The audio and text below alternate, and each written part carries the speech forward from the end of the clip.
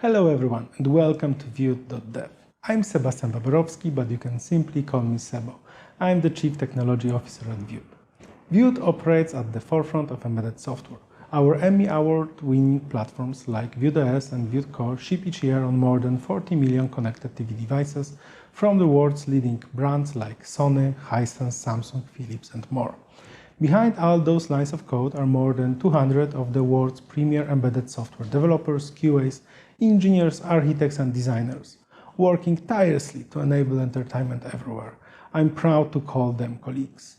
Over the next 2 days, 8 of our global team members will share things they've learned building our products and overcoming some of the difficulties in working with embedded software, like limited CPU power, limited memory, complex hardware and software interactions. We pride ourselves on overcoming these obstacles every day, and we hope these talks might help you best these challenges. We've handcrafted a lot of technical content for you. That's why we say Vewd.dev is for developers by developers. No marketing jargon allowed. As a technical person myself, I'm excited to watch these sessions. We start today off with Michał Gorynia describing how he uses Kubernetes to track which version of code he's deploying. Next up, Patryk Kajdas takes us on a real-life browser bug hunting expedition.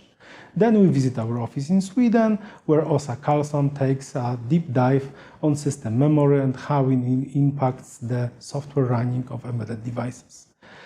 We then end day one with Bartłomiej Mieszkowski showing us how to use JSX without React. Day 2 kicks off on a more personal note as our head of engineering, Michał, shares the one asset software developers should invest in, before Michał offers his tips and tricks for finding and fixing issues in embedded software. Then Piotr discusses how and why our team moved over to Clang as our Linux toolchain. We conclude with Piotr Mondzik describing how we built Vewd Certify, our very own device certification platform. I would like to use this opportunity to thank everyone I just mentioned for going the extra mile to prepare this exceptional content. Great stuff! We hope these presentations help you strengthen your skills, solve complex technical challenges and expand your knowledge. If you like what you've seen, you can follow us on a technical blog we soon are kicking off. If you like it even more than that, we are always happy to welcome great talents to our exceptional team. Check out a long list of open positions on our website. Thanks for joining us for Vewd.dev, our space to share what we've learned over 17 years pioneering OTT. Now, let's get started.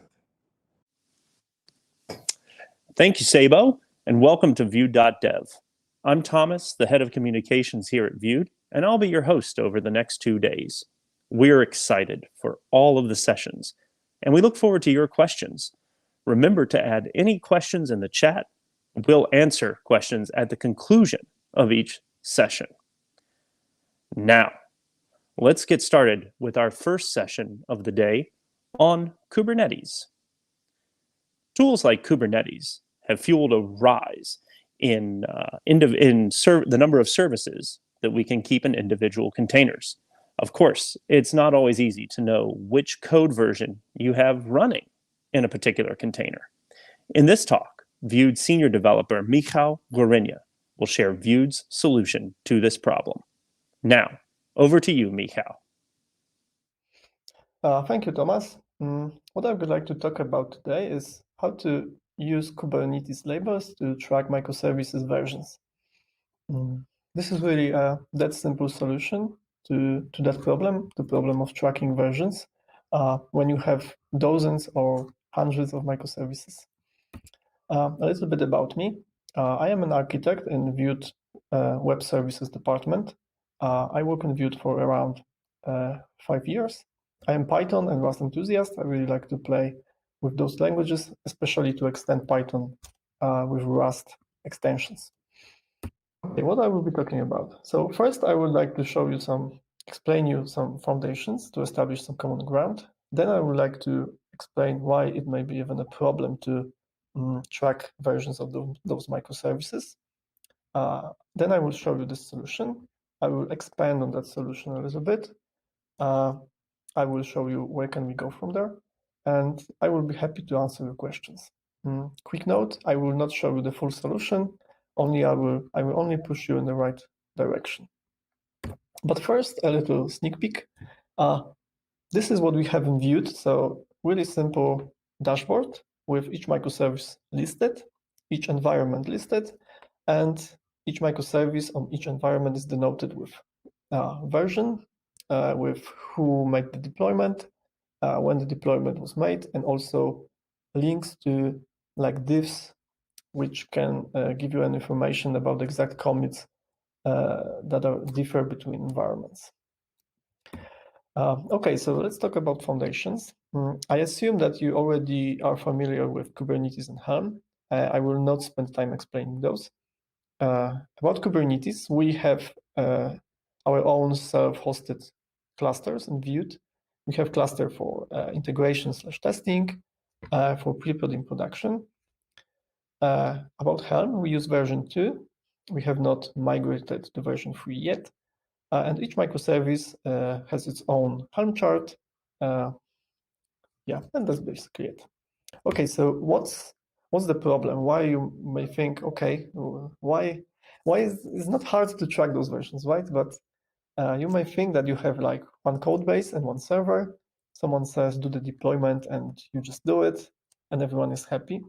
But in reality, especially in microservices infrastructure, you may have many repositories, many code bases, and also you may also have many environments like integration, pre-prod, and production. And your deployments go from left to the right. So first the code goes to the integration, then to pre-prod, and finally to production. You may notice that even on this diagram, on this picture, it's not easy to immediately tell what version of, for example, microservice B is deployed to pre-prod, right? And you may have a situation like you are a developer who wants to like check if your colleague did the deployment as he promised. You may be a manager that has to coordinate all this. So checking those versions daily may like take you considerable amount of time. Okay, so what's the solution that we proposed, that we used in Vewd? So we had this problem, and what we decided to use is just Kubernetes labels. This is really simple solution, which allows you to annotate each Kubernetes object with custom information. This information is in key value format. There are some constraints about what key and what value can be, but it's more than enough for us. Let's go to config map of our sample microservice. You can see that it has a typical file structure. Let's go to the config map and see that it already has some labels defined. Let's add another one. Let's name it cloud vewd.com/project version. As for the value, we will use values cloud project version. We will set some default, not to break anyone's deployments. And also we will quote that value, just in case. Okay, now you can deploy this.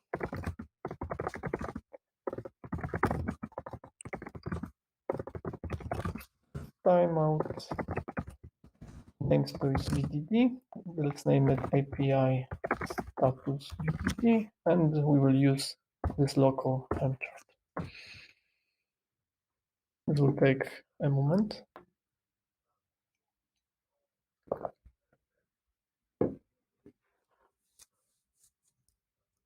Okay, now let's check if the label is indeed set correctly. We will use kubectl for that. Config maps API VDD. Okay, we can see that indeed the label was correctly set, but to our default. Now we will have to provide some value for that label, so we will not see unknown here. We will use set parameter of Helm. We will set cloud project version, for example, to 123. Project version, yeah, and we will deploy this.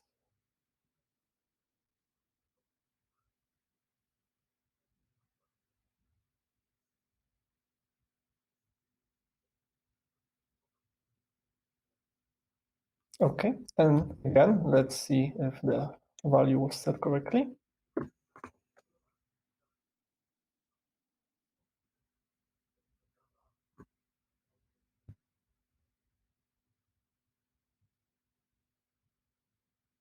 Yeah, and it was. You can see that the value changed from unknown to 1.2.3. So quick recap of what we have done. So first, we modified config map object in our Helm chart to include our custom label. Remember that we had a default value for that label. Later, we used Helm to deploy our service. We also used set parameter to set value for our custom label. And later, we inspected using kubectl that the value was indeed correctly set. Okay, but this is all fine. We achieved our goal, you may say, but checking the versions of those microservices is still a little bit tedious. We can retract this, but checking the version is problematic. That's because you all have to have kubectl configured. You have to have developer level access to Kubernetes API to fetch those config maps. This may be a little bit tedious. You don't want to give this access to everyone. So we can be better than that. If you like scripting in Python, you may, for example, use Kubernetes client, which is available on PyPI. And what we can do with that is there's just a write simple Python script. Okay, so now let's go and implement this Python script. Already prepared empty Python file, which we can edit. So first, let's add some imports. Config and client, and from Kubernetes client import v1 config map list and v1 config map. Those will be useful for tab annotations.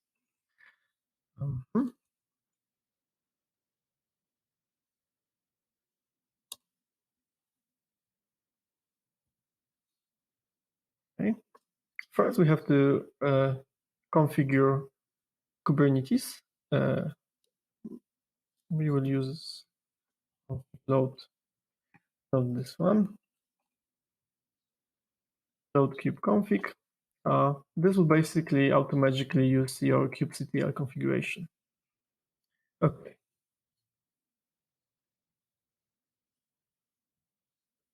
Let's initialize the client itself. And now we will just use it to fetch config maps from the namespace that we want to. That would be config map list.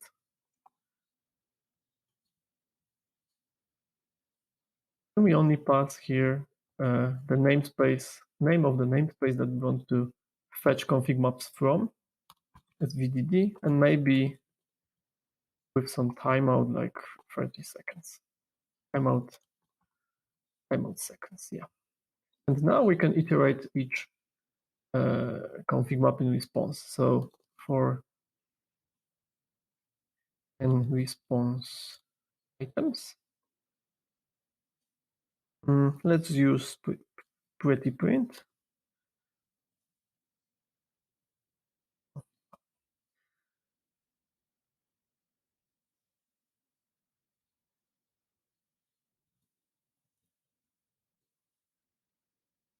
Okay, that should be okay. Let's try it.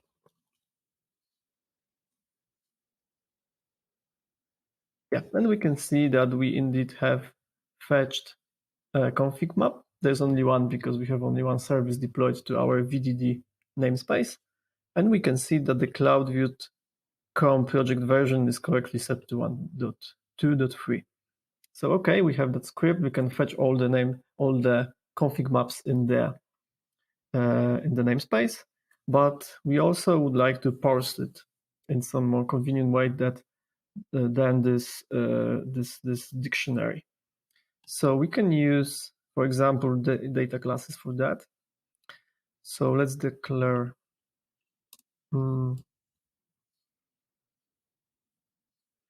data class, and let's create a data class.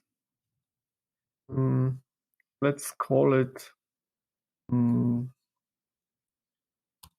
config map labels. Let's decorate it without any parameters. We don't need this. And we will have like CM, which will be our V1 config map. That will allow us to initialize our data class with config map object. And let's, for example, create now some properties.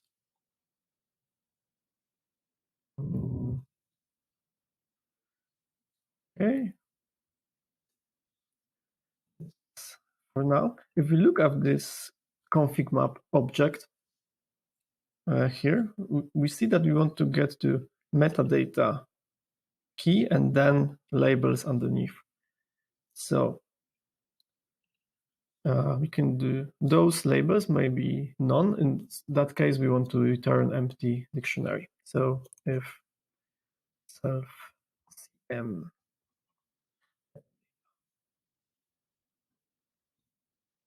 is on,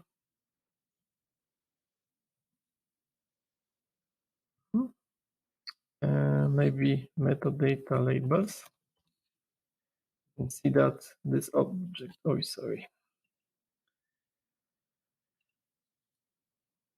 Okay, and return empty dictionary, and then return indeed labels. And now let's use like parsed CM. That would be config map labels, which ties with our. Let's print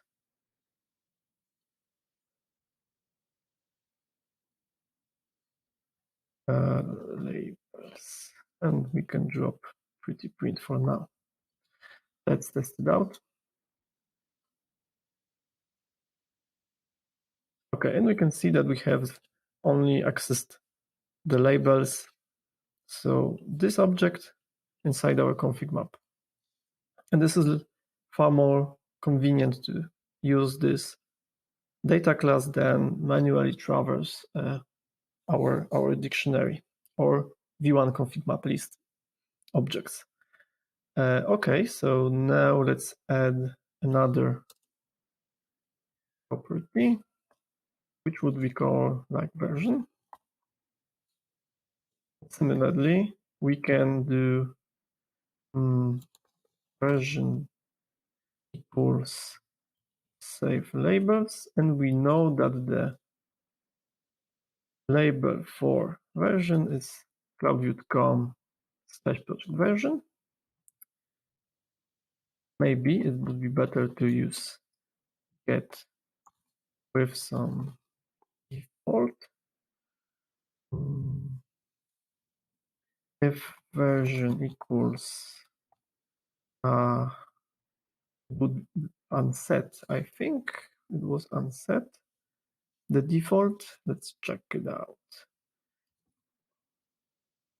Is config map. Unknown, okay. Unknown. Then we want to return. Sorry. And finally, to return version. It would be perfect to add type annotations. Optional of string.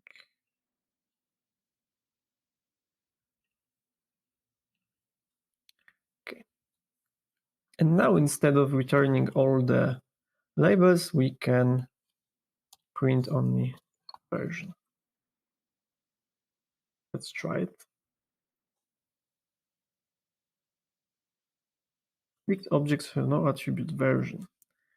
Okay. Labels. Oh yeah, because not labels, but only version. Try it again. Yeah, and we have 1.2.3 correctly returned. Okay, this pattern turns out to be very handy. Let's add another property to our data class. Something like name, project name, which we want to also have. So the same thing, it will be optional string. Name equals self labels. I will copy that.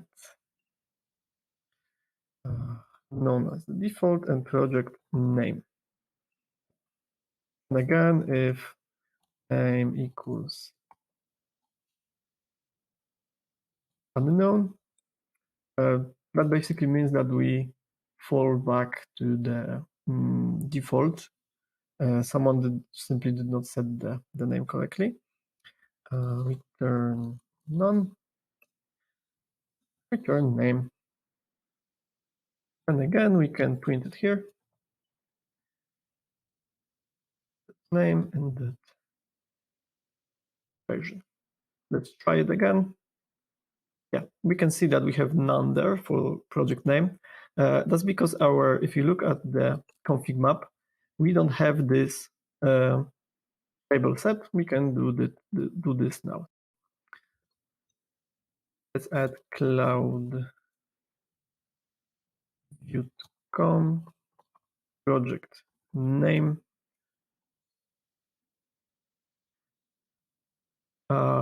Values cloud project name default. Perhaps you can set some better default than unknown. Chart name, for example, and quote this. Okay, so let's do the deploy. Helm upgrade install. Say 60 seconds. Set cloud name super test.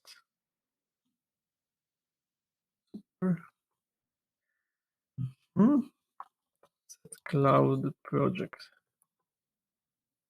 1.2.3.0. Let's call it API status DB, and let's use current chart.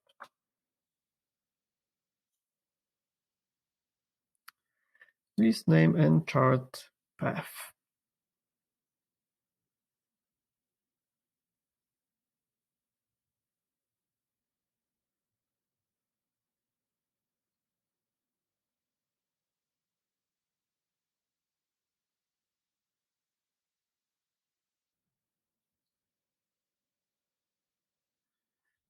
Add values.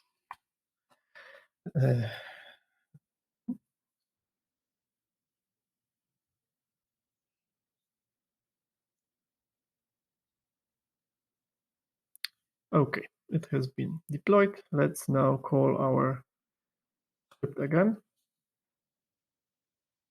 Yeah, and we have we see that our label was updated to super test and to version 1.3.0, which were correctly printed by this line and picked up from those labels. And of course, you can add as many labels as you wish. You can set it during the deployment using Helm. For example, on the screen that you've seen at the beginning of this presentation, we had labels for deployed at, for the time the deployment was made, deployed by, which denoted who made the deployment, and some other labels which allows us to correctly pinpoint to which exactly commit is the latest commit that was deployed. Yeah, so basically we have the script. This is how it looks in the full. And feel free to base on that. And yeah, let's continue. We can extract information like this. So we run this, and you can see that I deployed super microservice on certain environment with certain version. Okay, this is fine. Instead of playing with Bash, you can now distribute Python scripts to everyone, and everyone will be happy. But still, you have like one downside. You still have to have kubectl access to Kubernetes, and still you may not want to give this to everyone. So what can we do? I don't know about you, but I like microservices. So how about the microservice written in Python, which does exactly the same thing that the script that we've seen just before?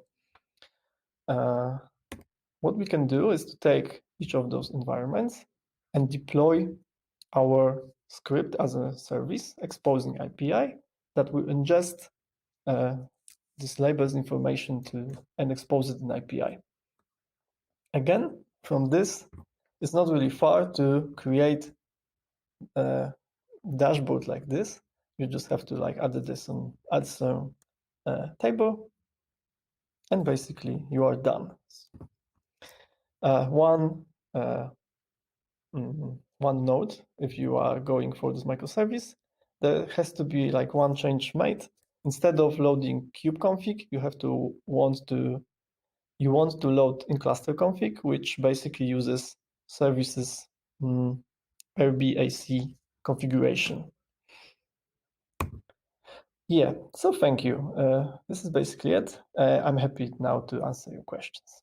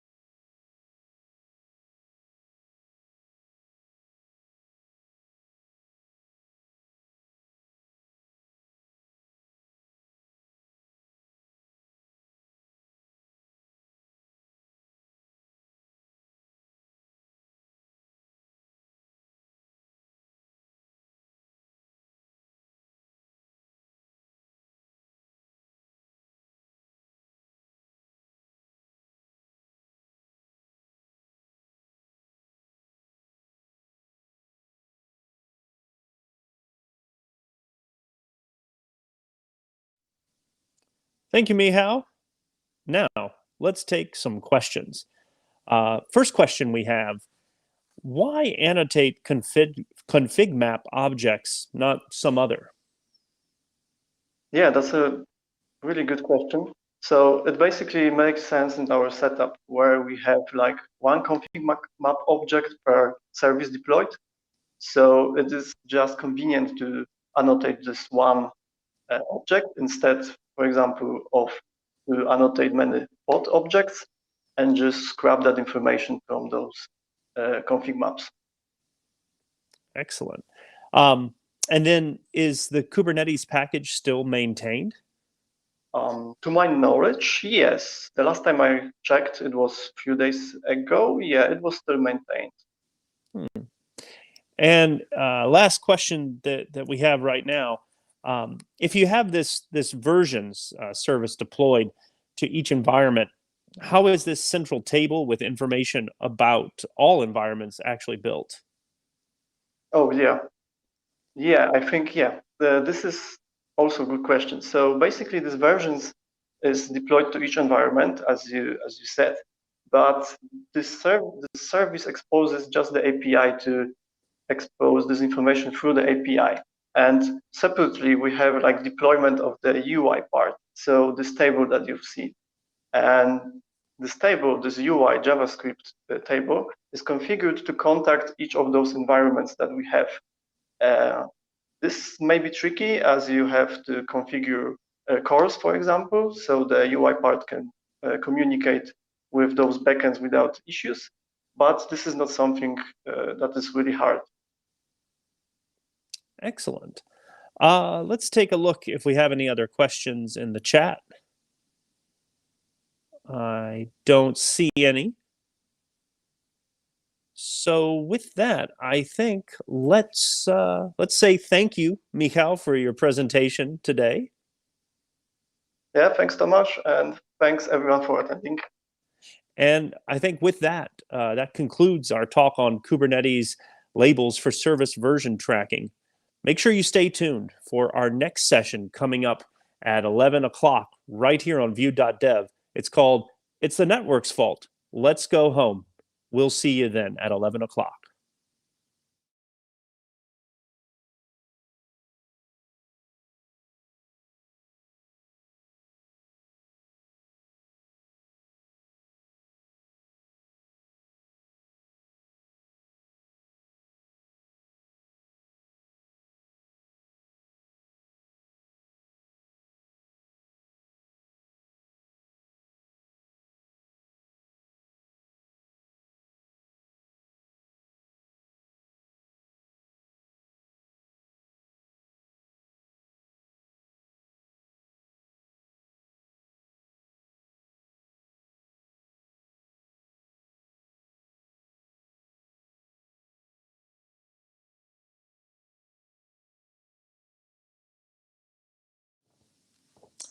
Welcome back to Vewd.dev.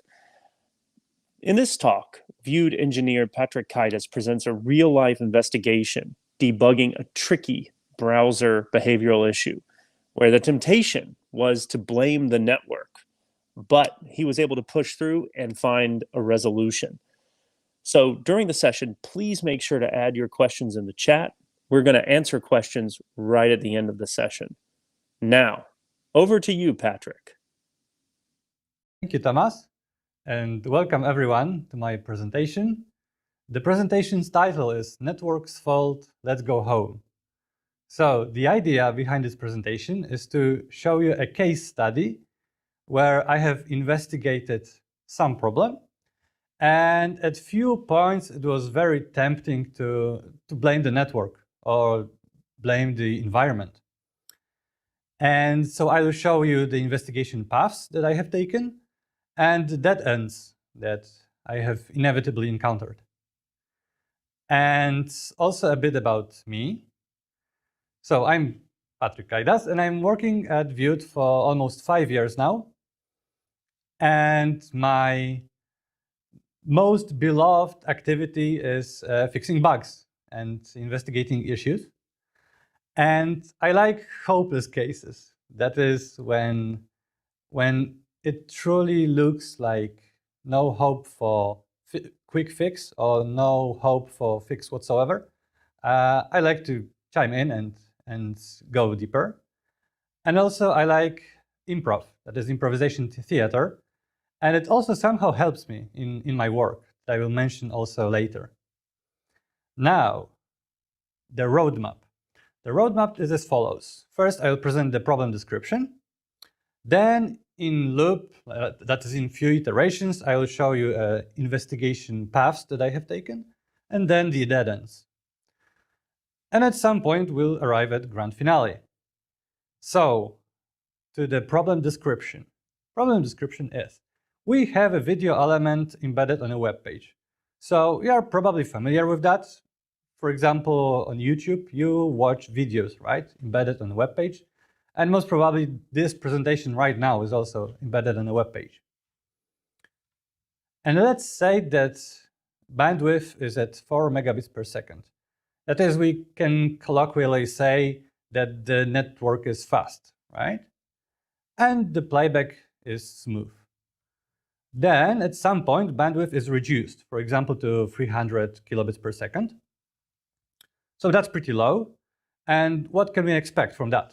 We can expect that the quality of the video will drop, or that there will be some stuttering, or maybe if the quality of the video is still too high, then the playback can be case. In our scenario, it turns out, okay, playback stops. That's fine for now. And then at some point, bandwidth gets back to 4 megabits per second, right? To full speed, let's say. And playback doesn't resume. So that is the problem, right? As the end user, you would expect the playback to just resume. And now we are in the position to think, okay, so what could have gone wrong? And in which layer, in which part of the whole environment? So first thing that at least pops to my mind and popped when I was investigating that is, okay, web page does something, right? Web pages nowadays have tons of JavaScript, tons of HTML, and it can decide on anything, right? And so the first investigation path is, yeah, maybe web page, logic on the web page, cancel the playback. Yeah, that is possible. And how?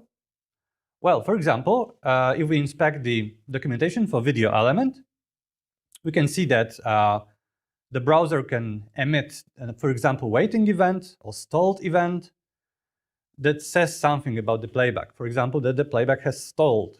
Okay, so it's not unreasonable that the web page may react to the stalled event by canceling the playback, right? Because there's no point in using resources after that.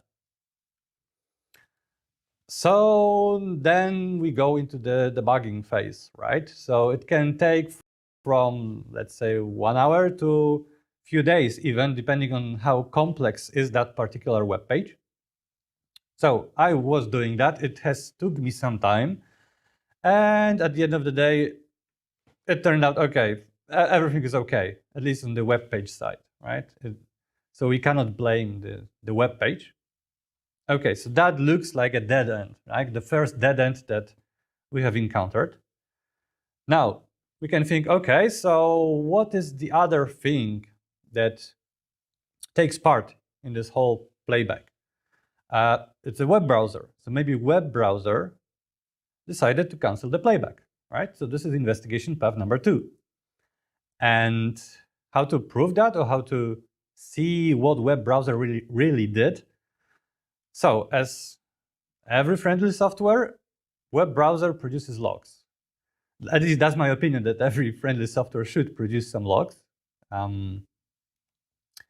And we, for example, noticed one log with the error, net error, on some segment. So blah blah.m4s is a small segment of the whole video which has failed to be downloaded for some reason.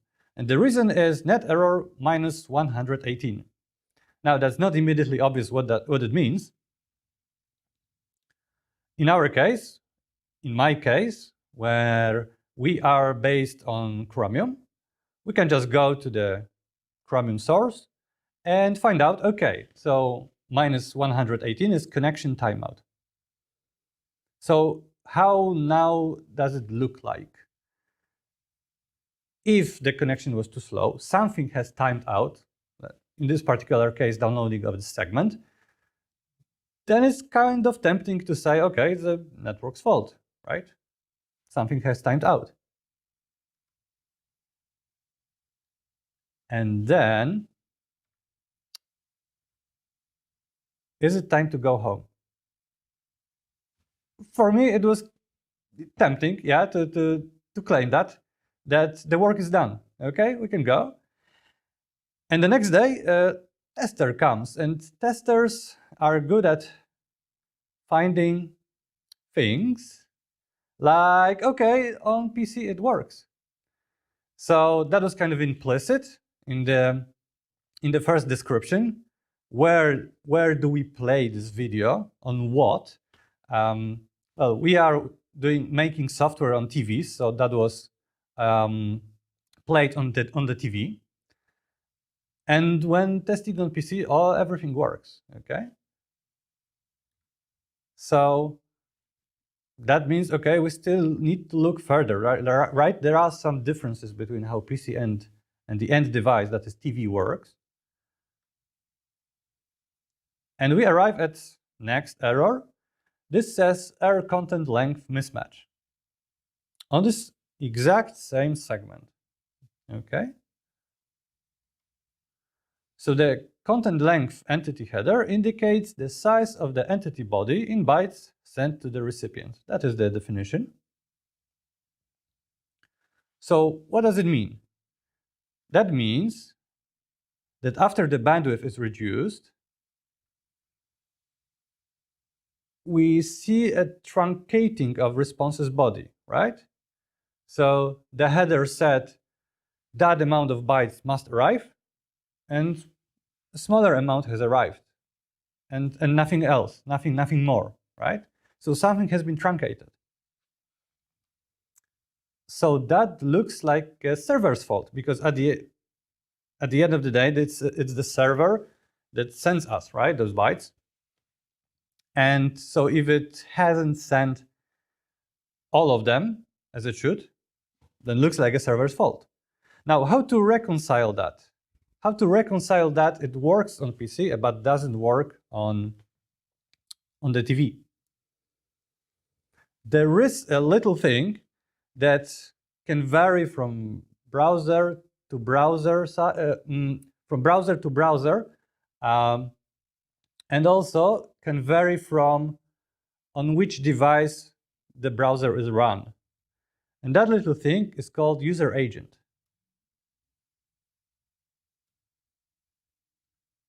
So the third investigation path is looking at this user agent. And what is that? What is that?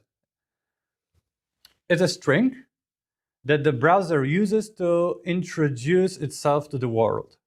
So it says, for example, to some server, hello, I'm this user agent.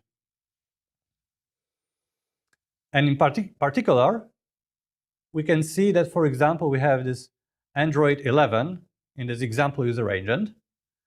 So, okay, now we know something more. We know that the TV on which the problem reproduced was running on Android. And on PC, we most probably used Linux. Okay, the tester most probably used Linux.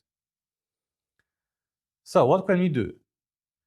So this may be a basis to blame the server, because the server sees the user agent, so it can react differently depending on the user agent used. We can use some user agent switchers. So it's available for practically every browser. In particular for Chrome, we have this user agent switcher. The usage is that we just select what do we want to be disguised as. For example, we can select Android. Okay, so we do this test to pretend that we are Android device on the PC. And what happens? The problem does not reproduce.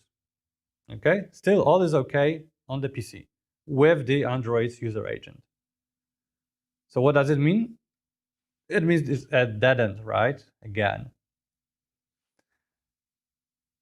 So now it's kind of difficult to think, okay, what else could have gone wrong? Like, where do we look?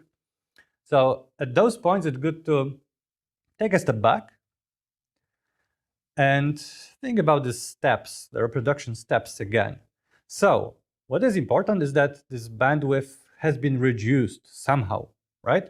When the customer has filed the bug report, it was only about bandwidth somehow being reduced. And so we can ask, okay, how actually can we test that? How actually could that happen? So normally the environment, the conditions, network conditions in the environment are fluctuating, but how to make that precise? So about controlling bandwidth, it's good to remind ourselves that we cannot really affect the speed of one packet, right, over the network. What we can do, for example, is drop some packets, and so less of them arrive at some unit of time, and thus we simulate lower bandwidth, right? That's more or less what lower bandwidth means. Now, how to do that? You can try dropping by hand, but you have to have very fast fingers. I didn't manage to do so, so I have looked for some tools. So there are software tools, soft tools. For example, TC, traffic control. And so example invocation looks like this.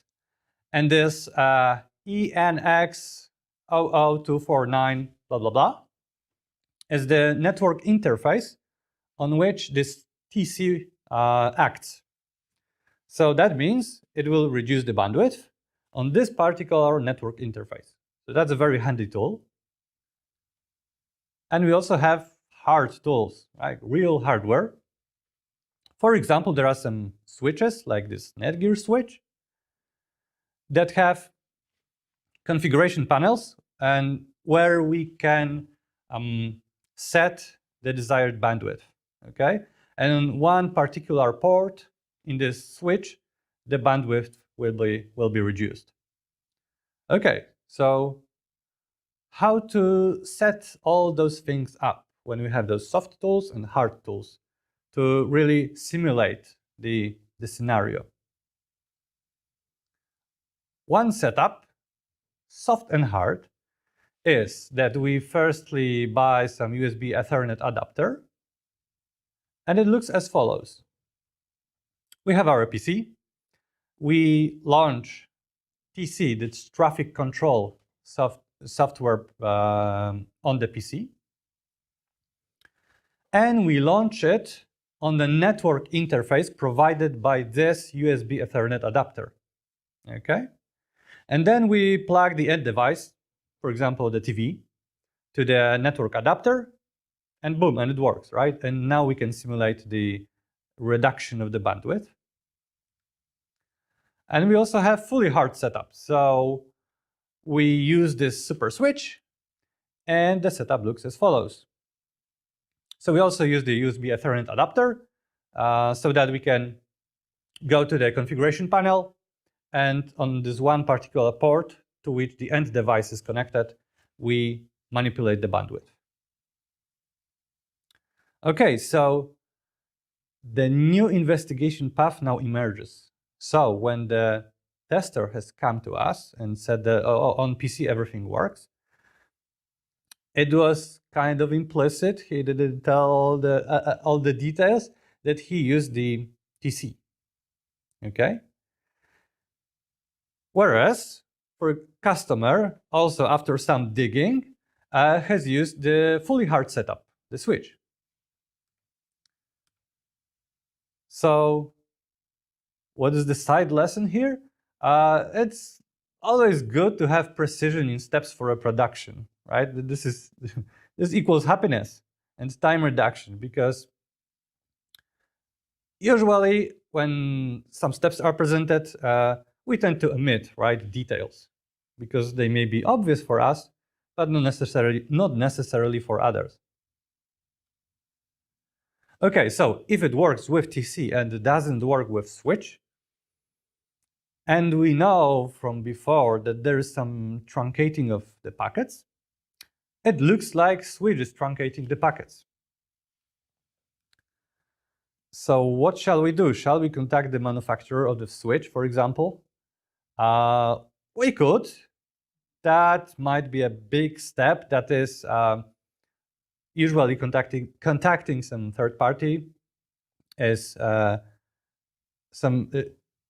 takes some time, effort, and so we never know how fast the reply will come. And whereas the customer just waits for the bug to be fixed, right? So before contacting the manufacturer, let's do some cross tests. That is, we can use PC and switch, okay? And it turns out all works, right? Problem does not reproduce. And using end device and TC, also everything works. So can we draw any conclusion from that?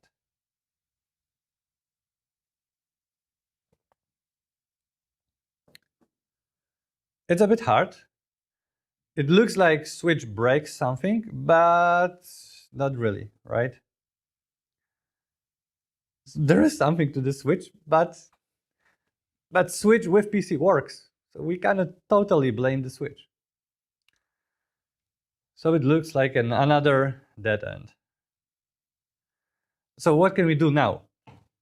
We can, for example, try to understand what are the real differences between those two setups. And after some Googling, we arrive at a notion of policing versus shaping of network traffic. So on this picture, on the slides, we see that policing means whenever there are excessive packets, we just drop them, okay? And they never to be appeared again, unless the server sends them again, okay? Whereas the traffic shaping smooths out the whole curve here, which means there's an implied existence of some internal queue that queues the excessive packets only for them to be released later, okay? So we then find out that TC uses shaping, okay? At least maybe by default. Maybe you can set up it differently. But at least when the tester has been using TC, okay, it has been shaping the traffic. Whereas the switch in the configuration panel has some queue management type set to tail drop, and it looks like policing, right? Some dropping is involved. So now that we understand these differences, it's good because we now know that switch is just more challenging, okay, for the end device. That doesn't mean that switch is to be blamed. It just means that it's more challenging, okay? So at this point, because we still are in this state of a dead end, we need to think, okay, so what else might differ between PC and TV? So if you remember the user agent that I have showed you a few slides before, for example, TV runs on Android. And on PC, we have Linux, at least when we were testing this. So that is some clue. And this gives us a next investigation path. Operating system. Okay. So what can we do? We can, for example, run this scenario on Android smartphone. Okay, it's also an Android device. Maybe let's not focus on how we exactly set up all those bandwidth limitations again, but we somehow do that, okay, with Android smartphone, and problem reproduces. So that very much feels like there's something to the Android itself, right, that causes the problem. And it's a bit scary. I mean, debugging Android network stack, for me, it sounds scary. And so let's try to understand, okay, so what are the differences between Linux and Android in this particular area? So firstly, after Wikipedia, Android is a mobile operating system based on a modified version of the Linux kernel. Okay, so kernel is modified. How? Like, what are the modifications? Maybe that will give us something, right? So how I went about checking that, I just cloned the repository, right, of Android and the kernel directory and grabbed for Android specific commits, right? That is some approximation of how many changes have been done. Now, how do you think? How many changes have been done to the kernel? The answer is 259. So not that much, but it is a significant number, I would say. And also what I have found out, there is a netdaemon on Android that has a very peculiar file inside called bandwidthcontroller.cpp. It looks very much connected to what our whole scenario is about, right? It's about controlling bandwidth. So that is also scary. That possibly there are modifications like in Android specific to controlling bandwidth for some reason, okay?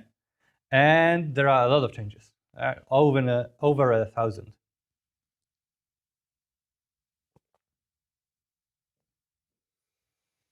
So what can we do now? We can go through all those commits and try to make sense out of them. And maybe that will lead us somewhere, or maybe not, right? It's hard to judge beforehand.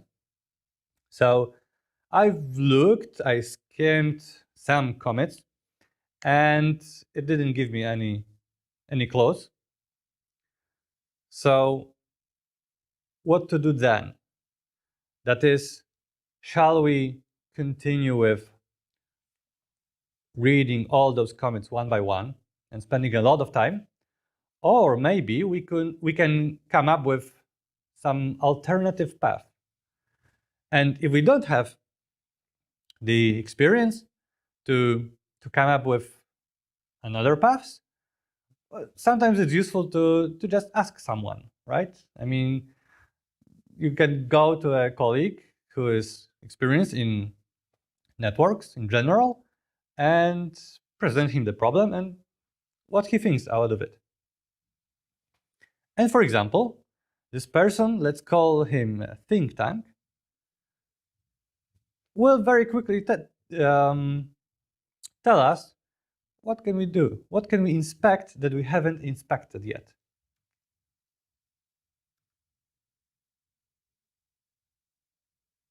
Packet analyzer. So that is probably a bread and butter for guys working on networks. And yeah, indeed, we haven't used that. And so what are packet analyzers or sniffers?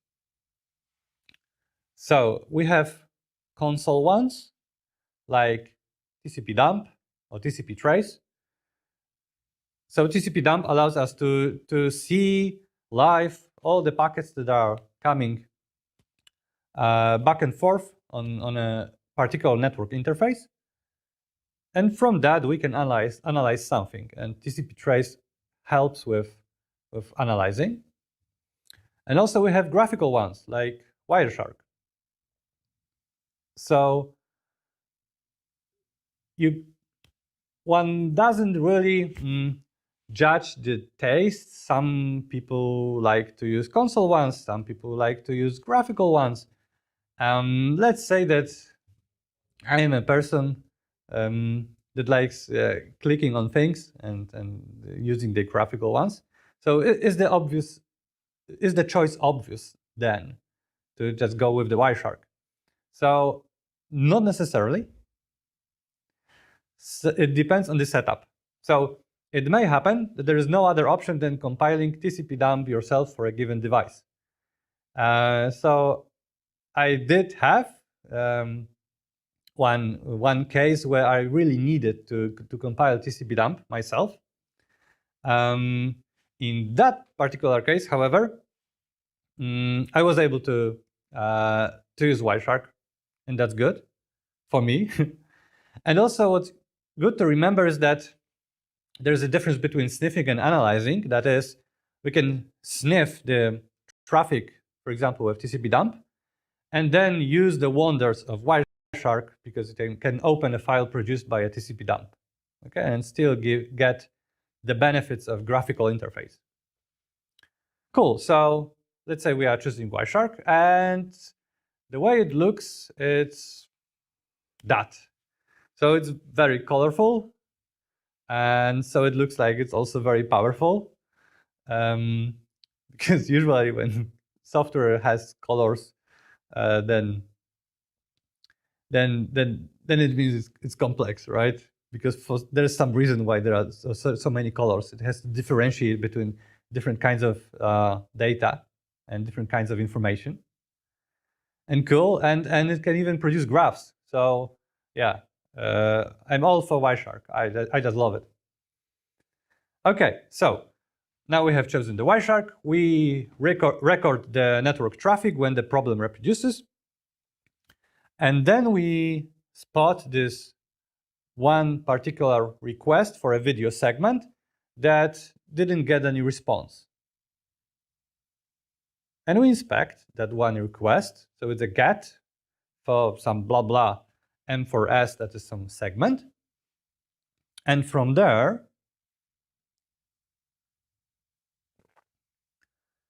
we can see, for example, that source port is 41190 and the destination port is 7080. So given that, and given that we know what is the IP address of our device and what is the IP address of the server, we can come up with a filter to show us the whole communication, in this case TCP communication, that is relevant for this one segment, okay, for downloading of this one segment. So when we do that, we get 644 entries. So that's good.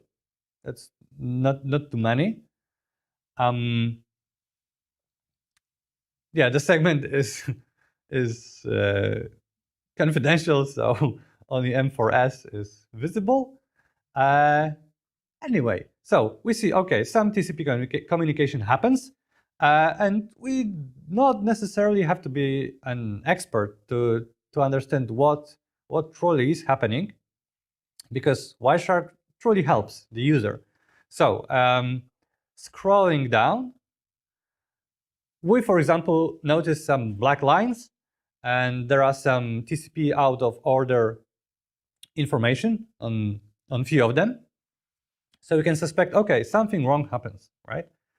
Then the communication is again purple-like, so it looks like it has resurrected from this temporary problem.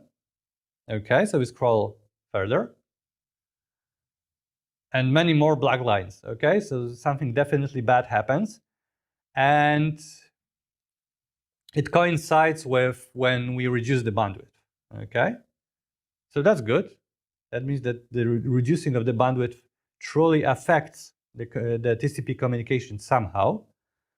We scroll further, And at the end of the day, we arrive at, so the line one before the last is fin ACK, like this gray line. Now, what does it mean? So my question to you is, have you ever seen a movie Taxi Driver? Because fin means, you're talking to me? So someone, I don't know, maybe server, maybe the device just doesn't feel like talking anymore, right? With this other guy. And so who doesn't feel like talking? When we inspect it, we see that the source is IP of device and destination is IP of the server.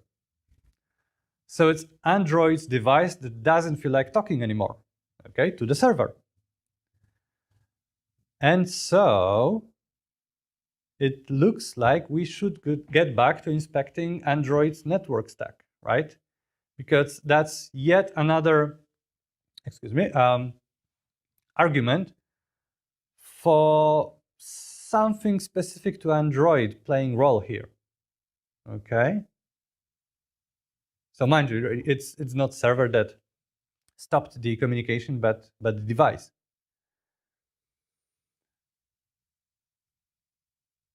And when we are in this situation where we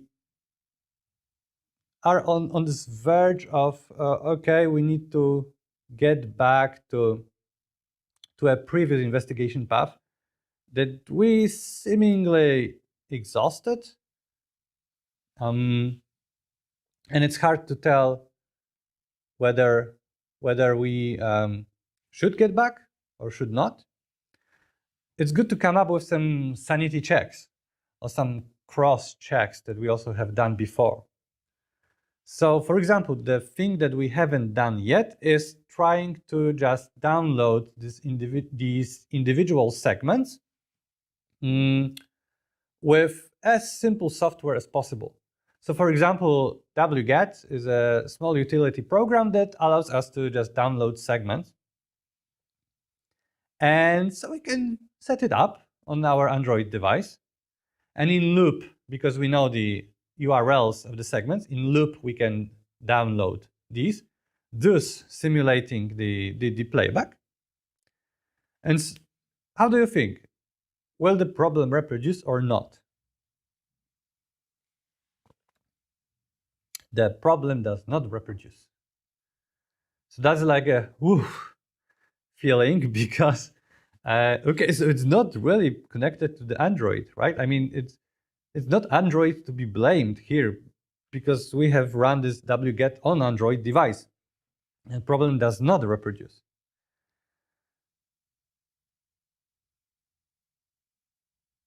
So that's confusing. And at that point, for me, it was confusing. And what to do when we are confused?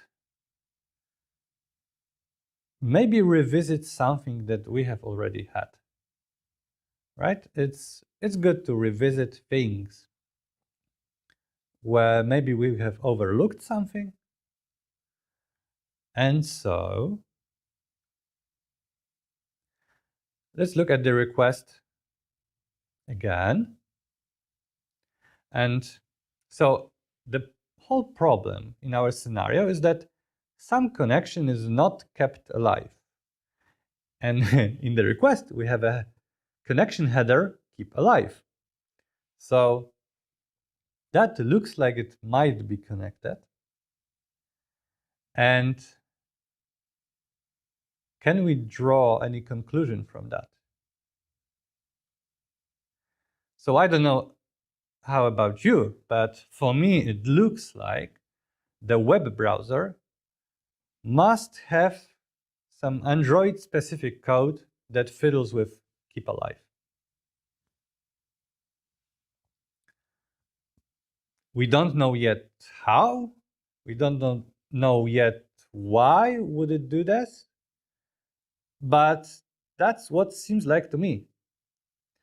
And so, to investigate that, we can check Chromium's code. So again, because we are based on Chromium, we do some grepping for keep alive, and we arrive at the grand finale.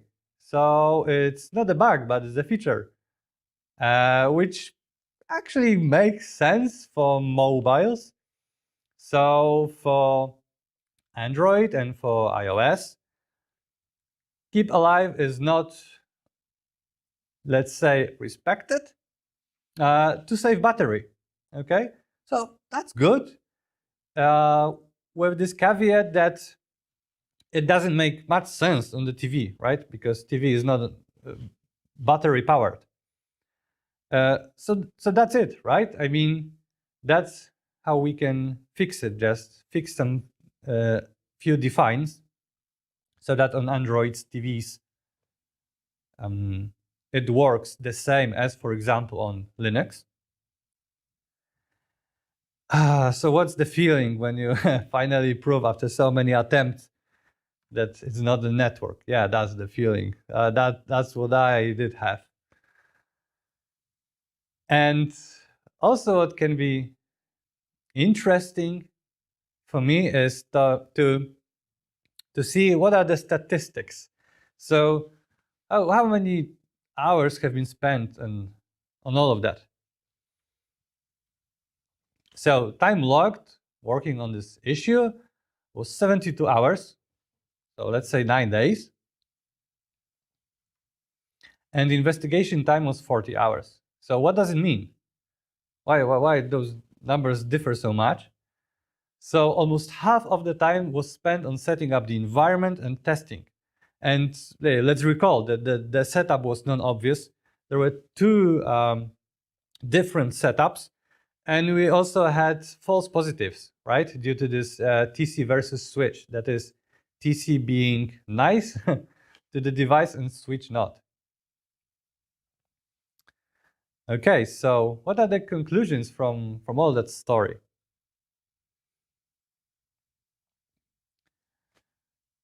Yeah, that for non-obvious setups, it's good to bump up the estimation time whenever, for example, manager asks you to estimate something.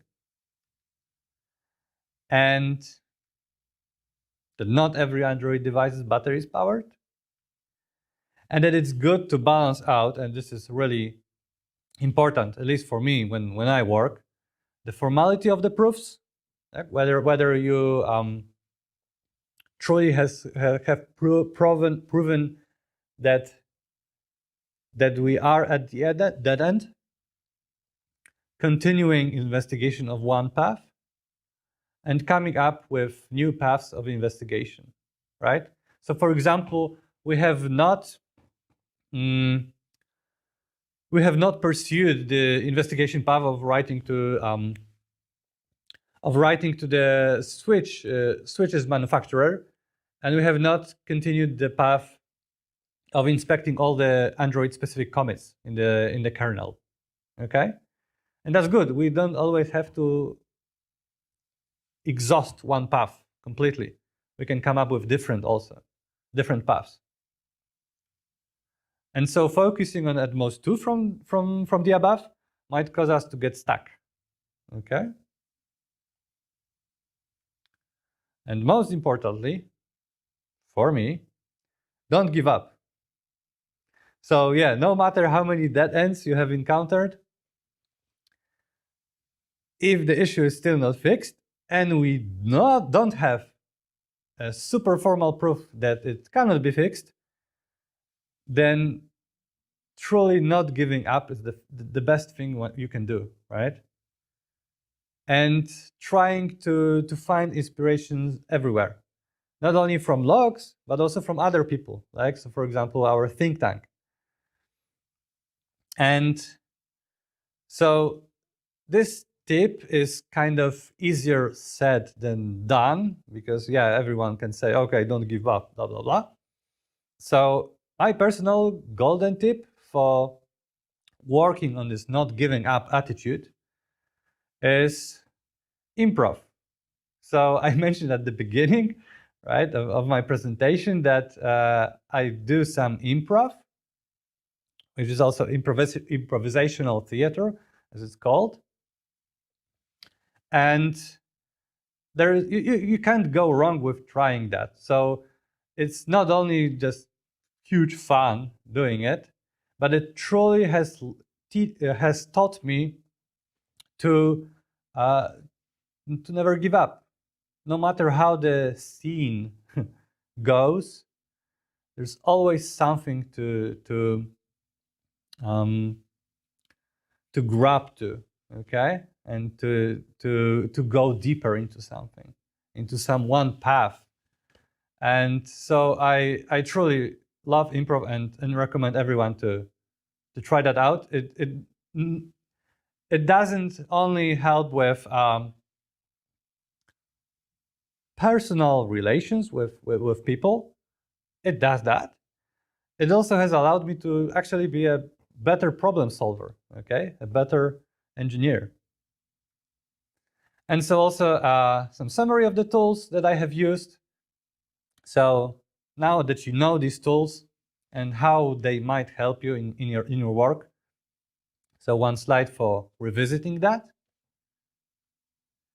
And yeah, so we can now drink champagne, right? Everything's done. And thank you. That concludes my presentation. I hope that it was not only entertaining, but also that I have given some value to you and motivation for not giving up, never. See you around.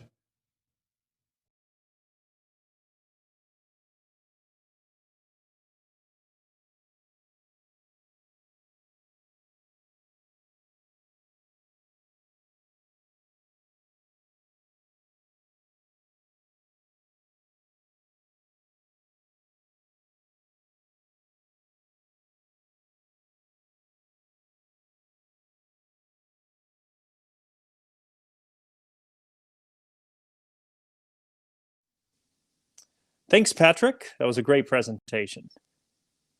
Thank you. So let's go to the questions. I see we have a couple right now from YouTube, and we received another question as well. So first question, was all of that investigation done single-handedly? So actually, in terms of devs working on that, there were two persons involved. And so to the point of those false positives and differences between setups, this hard and versus soft setup, it was one dev that reached that. And then he was a bit blocked, and I also helped him, and then over time overtook the ticket. So yeah, in total, 2 devs. Excellent. And then about the bandwidth limiting switch, did you need to buy the switch just for this particular investigation? So because it was a pre-pandemic time period, and what was nice about working from the office is that there is a lot of hardware piling up everywhere, in every room. So I have just found one. So I got lucky. Excellent. But if I didn't, I would probably buy a dedicated switch. Yeah. Excellent. And then one final question, unless we get more in the chat. Why was there TCP involved and not, for example, RTP that's actually used for streaming? Yeah, so that's a very fair question. So actually, that is the choice of content creator, or more precisely of the pages creator that embeds the video. So in that particular case, the embedder chose Dash. So Dash is dynamic adaptive streaming over HTTP. And so in that case, we just have to accept it. So and debug along the way. We could suggest, for example, changing the protocol used to RTP, but that's not something that usually is easily pushed to creators. I mean, they they have made their choice, right? Yeah. So if I would be the advocate of the apps creator, I would say that the choice of Dash that uses HTTP underneath was probably a trade-off, because it's just easier to embed than RTP. Excellent. Well, thanks for that explanation, Patryk. I don't see any further questions in the chat. If we have any, let them come in now.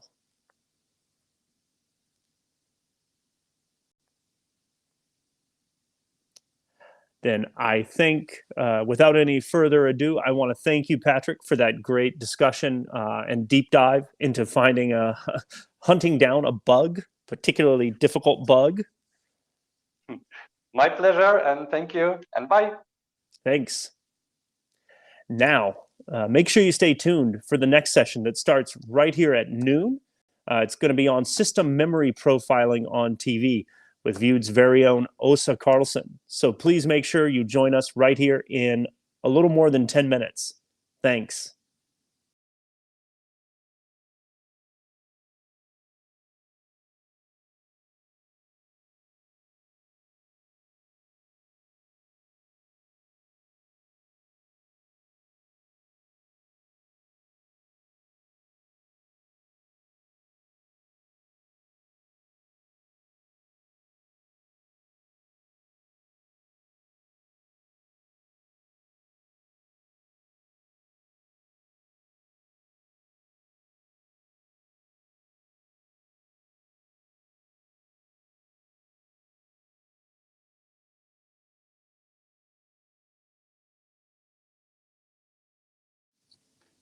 Welcome back to Vewd.dev.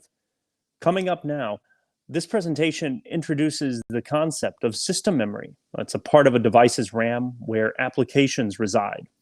In this talk, Vewd developer Åsa Karlsson provides hands-on examples of how to profile memory usage on applications running on an embedded Linux system. Remember, add your questions in the chat because we're going to get to them right after this presentation from Åsa. Now, over to you, Åsa. Thank you, Thomas, for that introduction. As Thomas said, my name is Åsa Karlsson, and I will speak to you today about system memory profiling on TV. I've been working with the Vewd core for the last 11 years. 7 of these years we've been running on top of the Chromium project. The Vewd core is an SDK providing an HTML5 browser engine, mainly focused on the TV market. We operate on embedded devices with limited memory resources. Memory usage and management on these devices is my top focus area at Vewd. With this presentation, I want to introduce you to what system memory is and how we can measure it on an embedded device. I will also share some of my experience on how to interpret the data we can collect and some example tools that can be used. My focus is on TV since this is what I work on, but in reality, this presentation should apply to a wide range of embedded systems. If you are targeting a device with limited memory, you will need to pay some attention to your application's memory usage to keep the system up over time.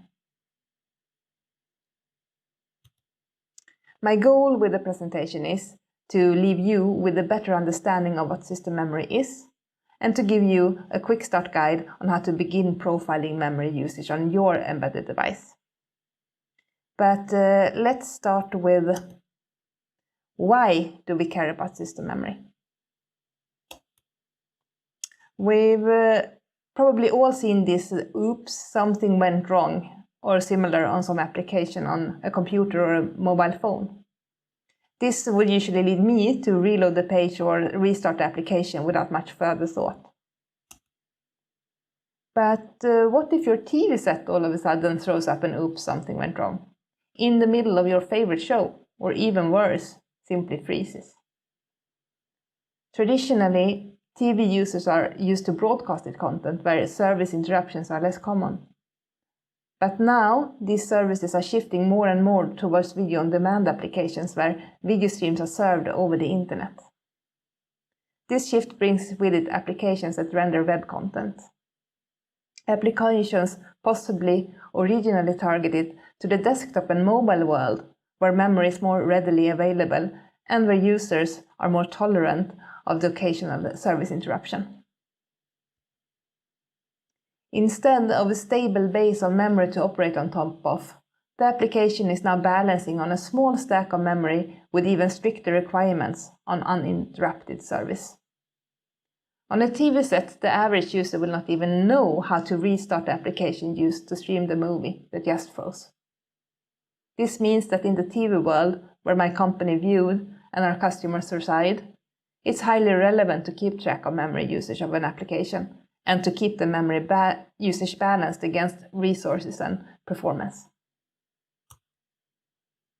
So why do we care about system memory?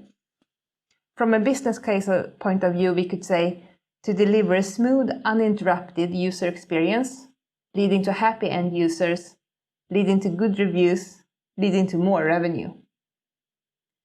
When defining a good user experience on TV, delivering high-quality video could be the first that comes to mind, but there are more components to a good user experience. Let's answer this question in a feature point of view. Why do we care about system memory? To keep the video playback smooth by balancing performance against memory resources, but also to allow preloading of an application for faster startup, to keep the application alive, to preserve the state as the user exits and then re-enters the application, and in general to allow multiple applications running at the same time to enable fast toggling between services. A first memory usage is to make yourself aware of your application's memory usage patterns, but before we get into that, we need to define what system memory is. The main memory, or RAM, random access memory of a Linux system, is where the runtime environment resides and where the operating system and all the programs are executed. It is split up into different dedicated areas. The kernel space, where the operating system runs, is usually well known. It is also common to have a separate area for video RAM or VRAM, for direct access from graphics and video processors. We've also seen that some systems have a dedicated area for graphics, textures, and screen content. In this presentation, we call this type of allocations GPU memory. The remaining part of RAM is memory. So what is the system memory? It's the part of the main memory available for loading and executing applications. This is also the memory area we will focus on in the presentation today. And with this sorted out, let's move over to how to measure system memory. I mentioned earlier that the first step to a balanced memory usage is to make yourself aware of your application's memory usage patterns. If we know how much memory an application is using, that can allow us to tweak the system and the application configuration to reach our goal of a smooth, uninterrupted user experience. In this section, I will tell you how we can measure a running application's system memory usage on a Linux system.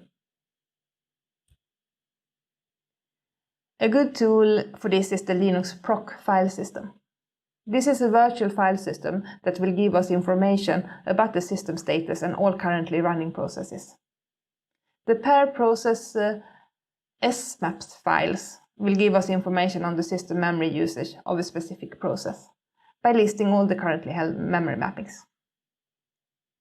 The memory usage is extracted from each mapping data via different set size values, and we will now learn a little bit more about these. In each mapping, we can find the resident set size, the proportional set size, and the unique set size. This last one is deferred from two different private values that I will show you later. Let's have a look at the difference between these three set sizes. Here is a graphical representation of two processes sharing memory mappings. The shared part is visualized by this overlapping area. Now, resident set size is all the memory that is mapped in one process, shared or not. So this is here the whole map of this blue process A. The unique set, on the other hand, is the mapped memory that is allocated only by this process, the strictly blue area here. You can look at this as the memory that will be released if we terminate process A specifically.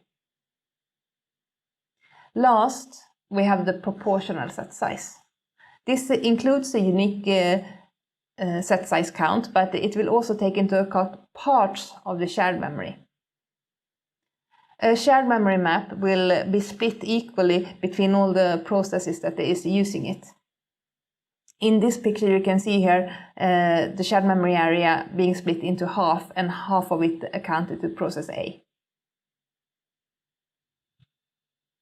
Let's have a look at the real S-maps mapping.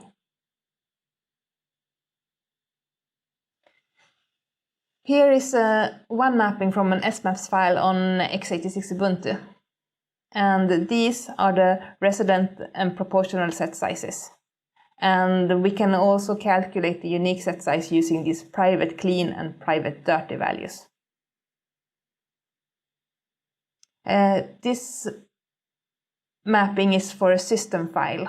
You can see this in the path name over here.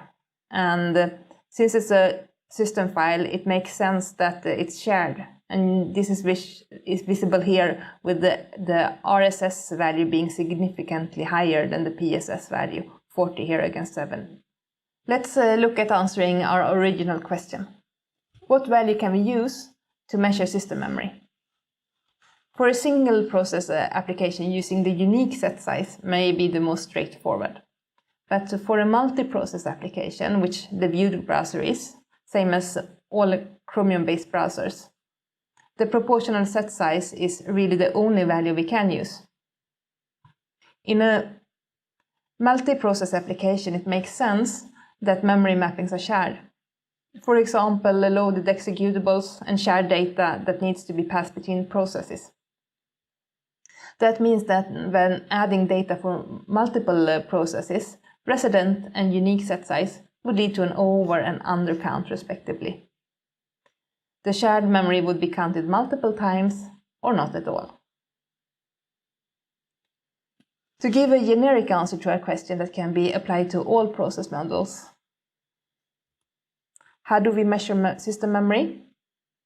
We look at the Linux system's proc S-maps data of a process.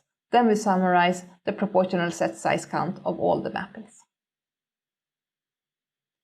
So, is this the full truth of our application's footprint on the system memory? Well, not always. You may remember from my previous section that we have the GPU memory used for graphics, textures, and screen content. On some system, this GPU memory will also be allocated into the system memory area.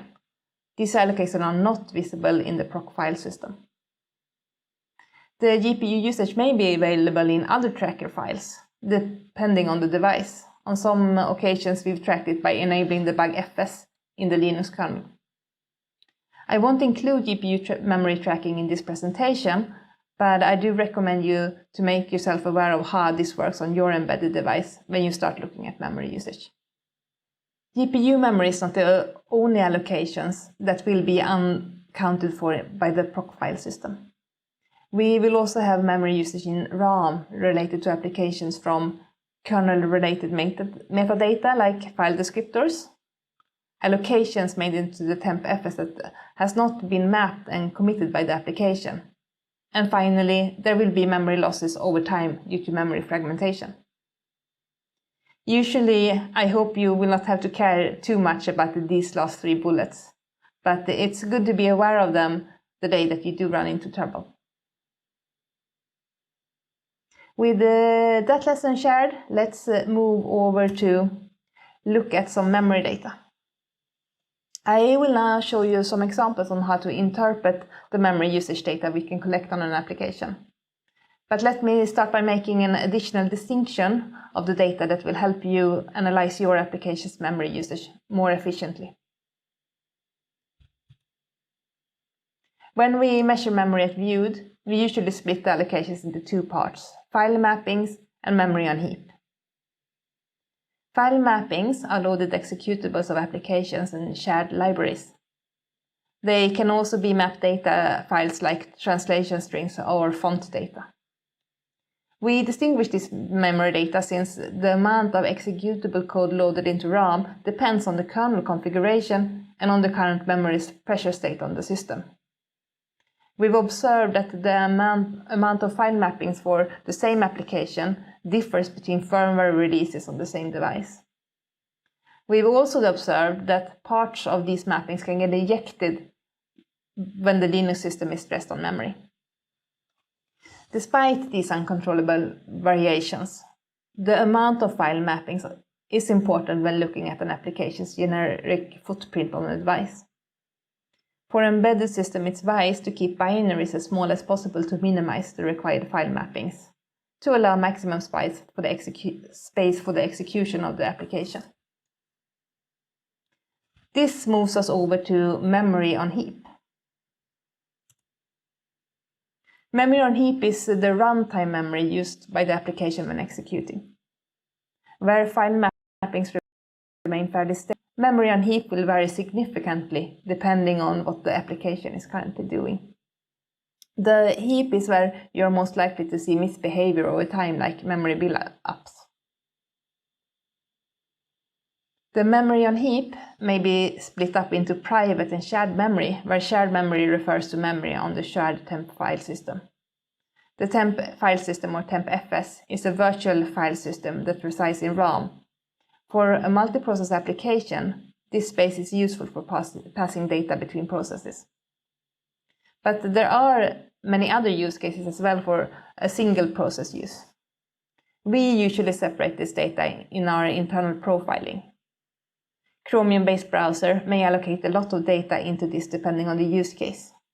This is where the decoded image cache is located, which translates into a big data allocation that can be dropped immediately if memory runs low.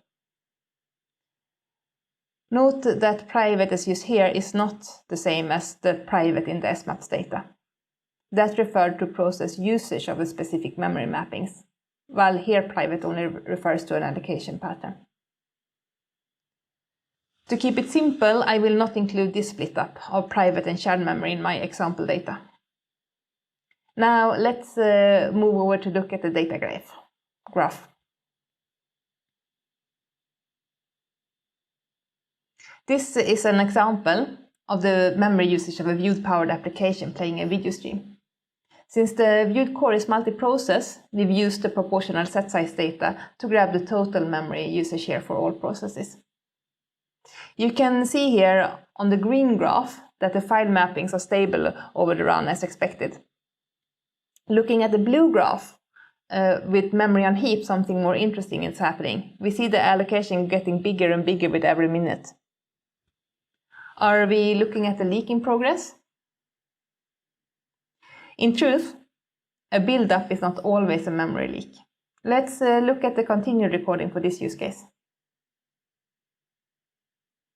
We now see that the memory usage evens out eventually. Here. This graph shows us internal buffers filling up with data related to the video stream.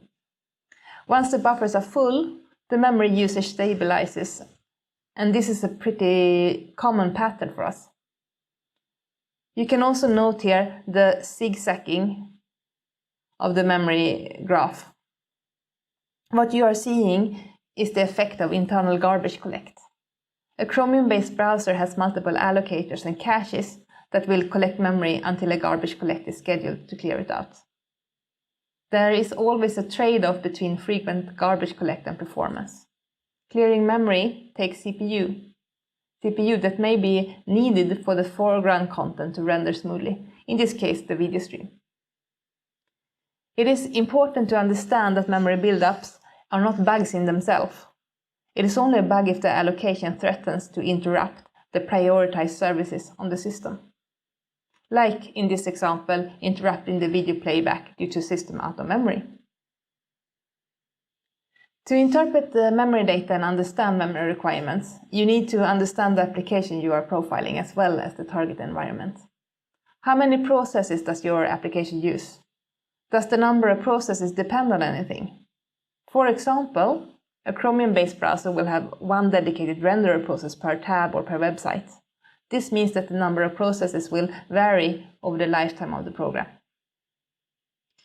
To distinguish build-up from leaks, it's also useful to know what type of data that causes natural build-up of memory in your application. Are there build-ups in internal caches like the Chromium custom allocators? Is some data being buffered like images or video? For example, I know that the Vewd browser has a default configuration to buffer 80 megabytes of video data in my previous example.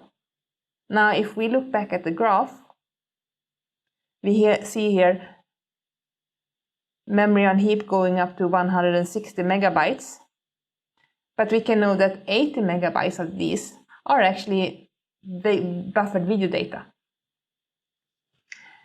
This is useful information since video buffers are easy to configure down if we want to lower the memory usage. But of course, as it always is, this comes with a cost on performance.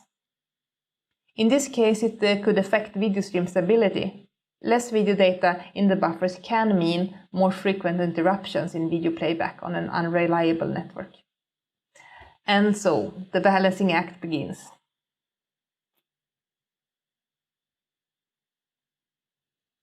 Does your application store a lot of data in some buffers or caches? If so, are the sizes of these configurable?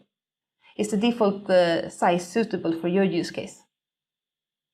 Knowledge of when and why data is built up will allow you to target your memory profile to the relevant use cases.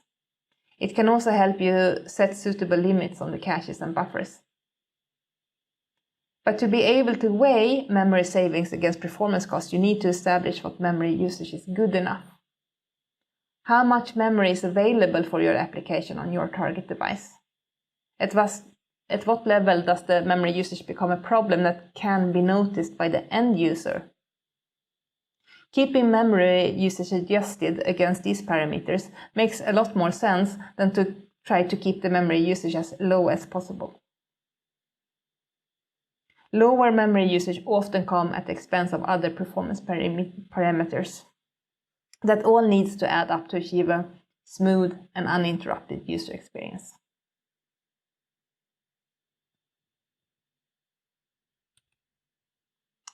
Oh no, we've run out of memory. What if the unthinkable happened despite all our profiling and configuration tweaks? To be honest, most software leak over time. On a system that runs for months and months like a TV set, non-releasable memory buildup will probably occur. Eventually, this buildup will be big enough to start interrupting the prioritized services, endangering the smooth user experience. Sometimes the memory buildups get help from application or drivers that misuse memory, causing a more immediate problem, especially if we are running applications from the open internet. If we accept that out-of-memory situation can't be avoided, we can look at handling it as best as possible. Consider how out-of-memory is handled in your application or on your device. Is it possible to recover from it without forcing some end-user action? Also consider if an error message may not be better received by the end user instead of a frozen or black screen for no apparent reason. For this tool section, I will show you some practical examples using the proc file system data on a Linux device.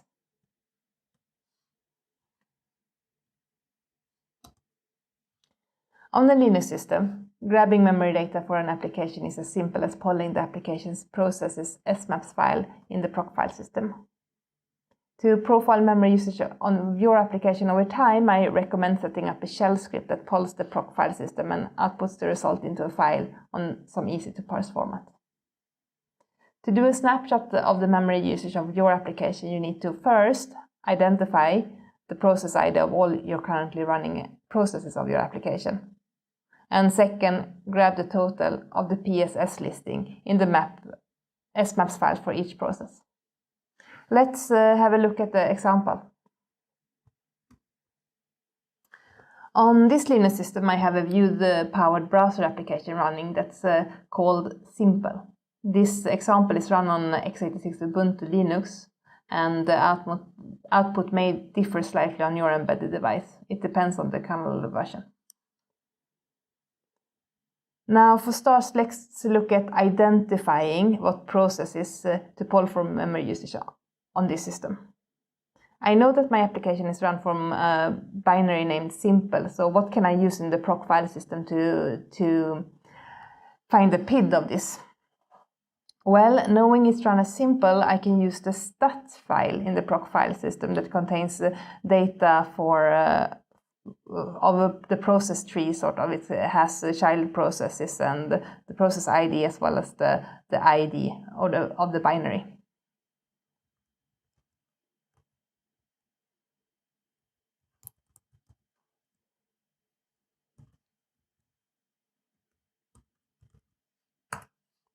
Here we go. I've identified the stat file for my binary, or for the process then.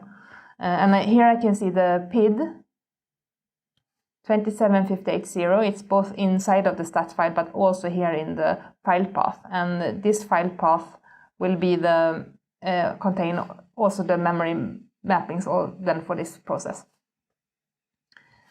Now, my application is, as you know, multi-process, and I want to find all the child processes for this simple, and it's recursive, so it might not be just one layer of children that I need to. I also need to find the grandchildren. And for this, I can actually use this fifth entry in the stat file, which is the group PID. And here you see that the group PID for this binary is the same as the binary itself. It's a simple. And if I grep for this,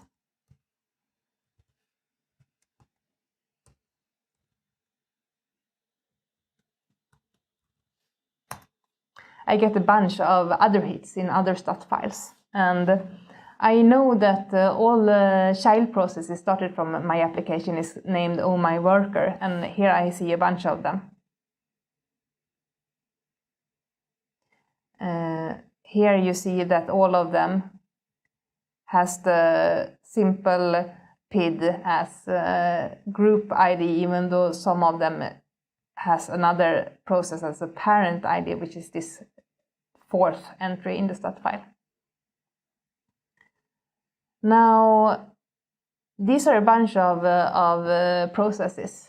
I need some additional information to be able to say what type of a child process this is. For example, if it's a renderer process like I talked about before, or if it's another type of utility function. So let's have a look here. For this process, if we look at the command line file, my application actually sets a type switch on each child process. So here I can see that the type in this case is renderer. We also have other types. Let's have a look at this one.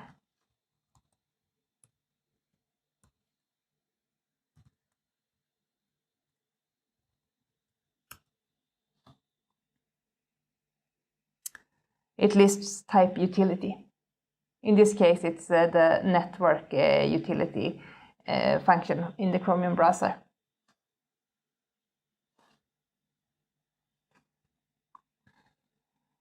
So now that I know what the child processes are, let's have a look at the memory data for one of them. And that's as simple as listing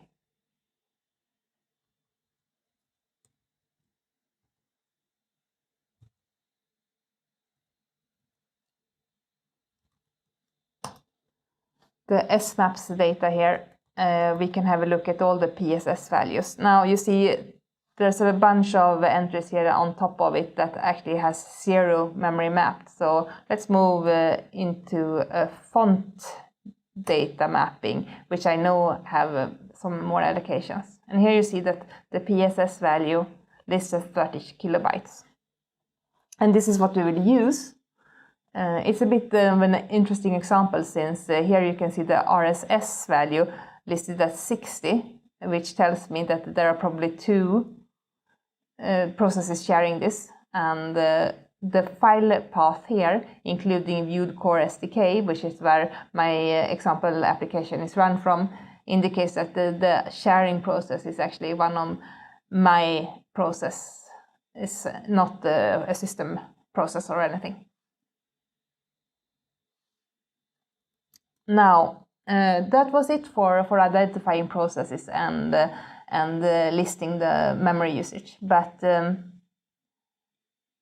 no application lives alone in the world on a device, and also we have these limitations that I described for what data is not measured for our application. And that means that it's a good idea to also keep an eye on the total memory usage on the device. This can give you indications, for example, if your GPU memory is being allocated here, or if you have a problem with some other process that's running on the device and eating up the memory. The total memory usage is available in a proc file system file that's called mem-info.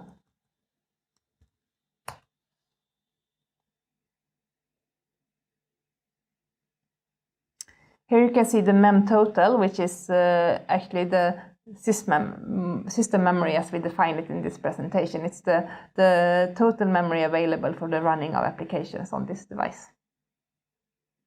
For seeing how much is available right this minute, it's not the memory free that we look at, but the memory available. This data field was added to the Linux kernel in version 3.14, so on very old devices it might not be present, but in that case there are instructions on the internet on how to calculate it. But anyway, the mem available is the memory that is free or can be freed to use by a new application.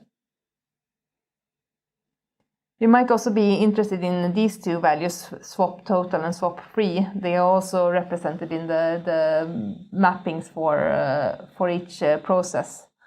And swap memory is something an application is using when they have a file or a disk backup of RAM. So some data can be swapped out if you start running low on the RAM on the system. Let's also have a look at the file mappings versus memory on heap split up in an SMAPS file. This is done using the path name in the mapping. Let's have a look at the example. Here is the SMAPS files again for my render process.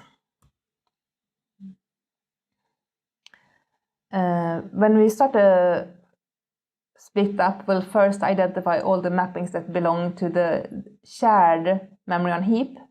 These will be mappings that have a file path containing the temp.fs path. On this system, and as usual on Linux systems, I think it's the dev shm directory.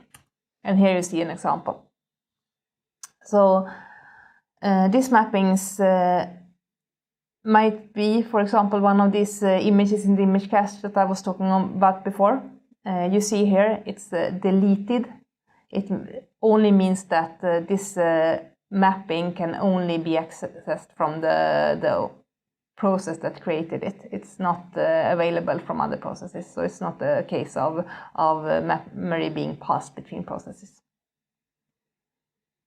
Now, if we extract all the PSS values from mappings with the dev shm in the path, next step is to take the file mappings, which is all the mappings where there is still a file name. So this font mapping that I showed you before. That's an example of these file mappings. And lastly, the private memory on heap. It will be mappings here that has no file path at all. And this concludes my example of the Linux tools. I would also like to mention profiling memory on Android system a bit, since it has some similarities with the Linux file system, despite the lack of the process concept.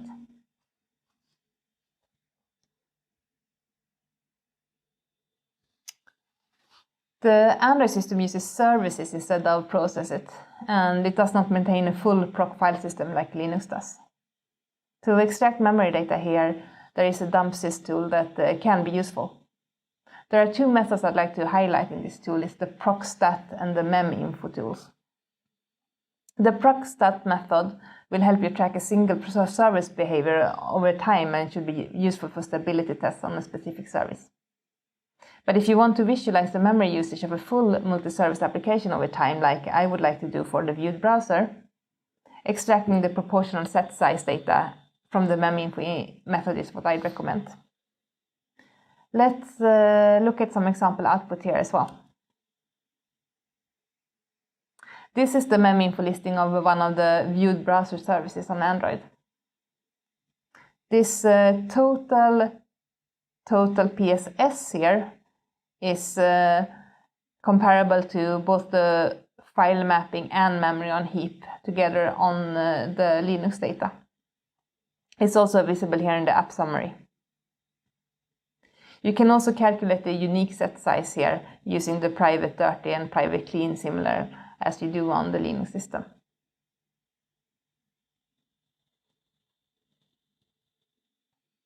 That was all from me for now. Thank you for listening in. I hope you learned something new from this presentation and that you have come out with a better grasp of what system memory and profiling is all about. I wish you good luck in your hunt for the smooth and uninterrupted user experience. I'll hang around for some questions. Hope to see you.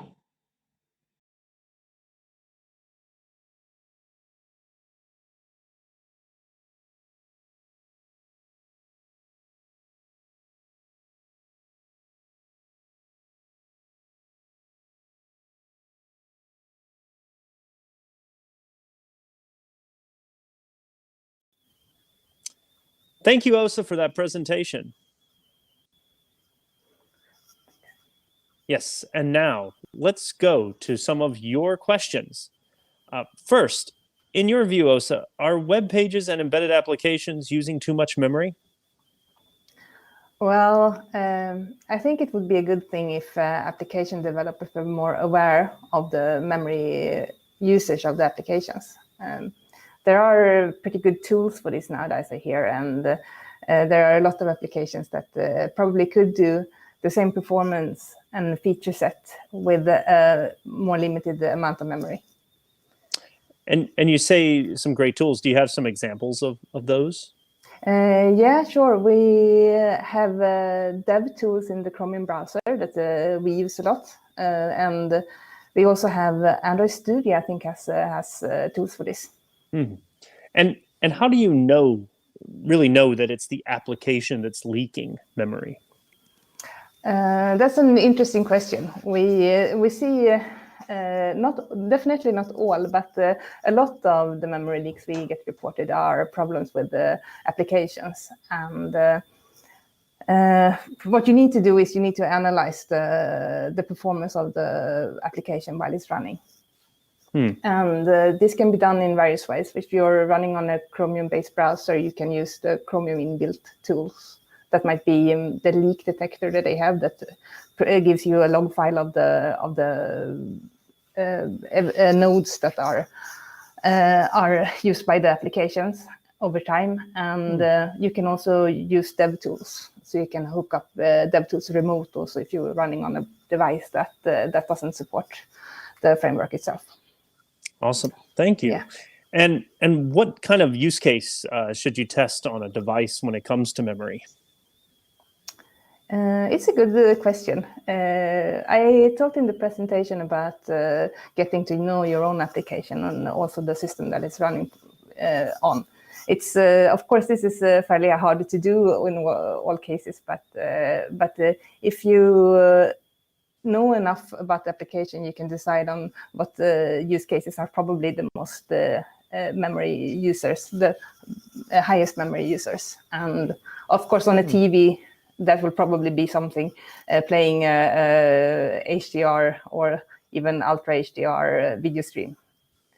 And when you have identified this, then you can move over to look at what else is happening on the system. Is, for example, do you have some other applications in the background that needs to be running? So you can also make sure to profile under the stressed system, not only your application isolated.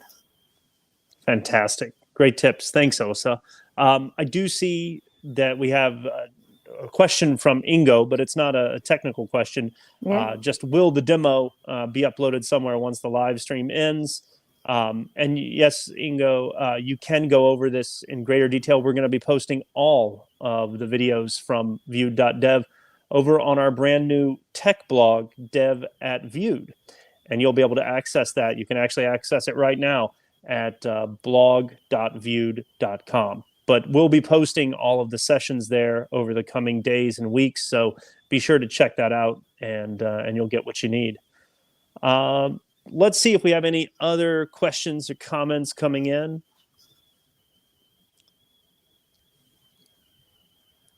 Yeah.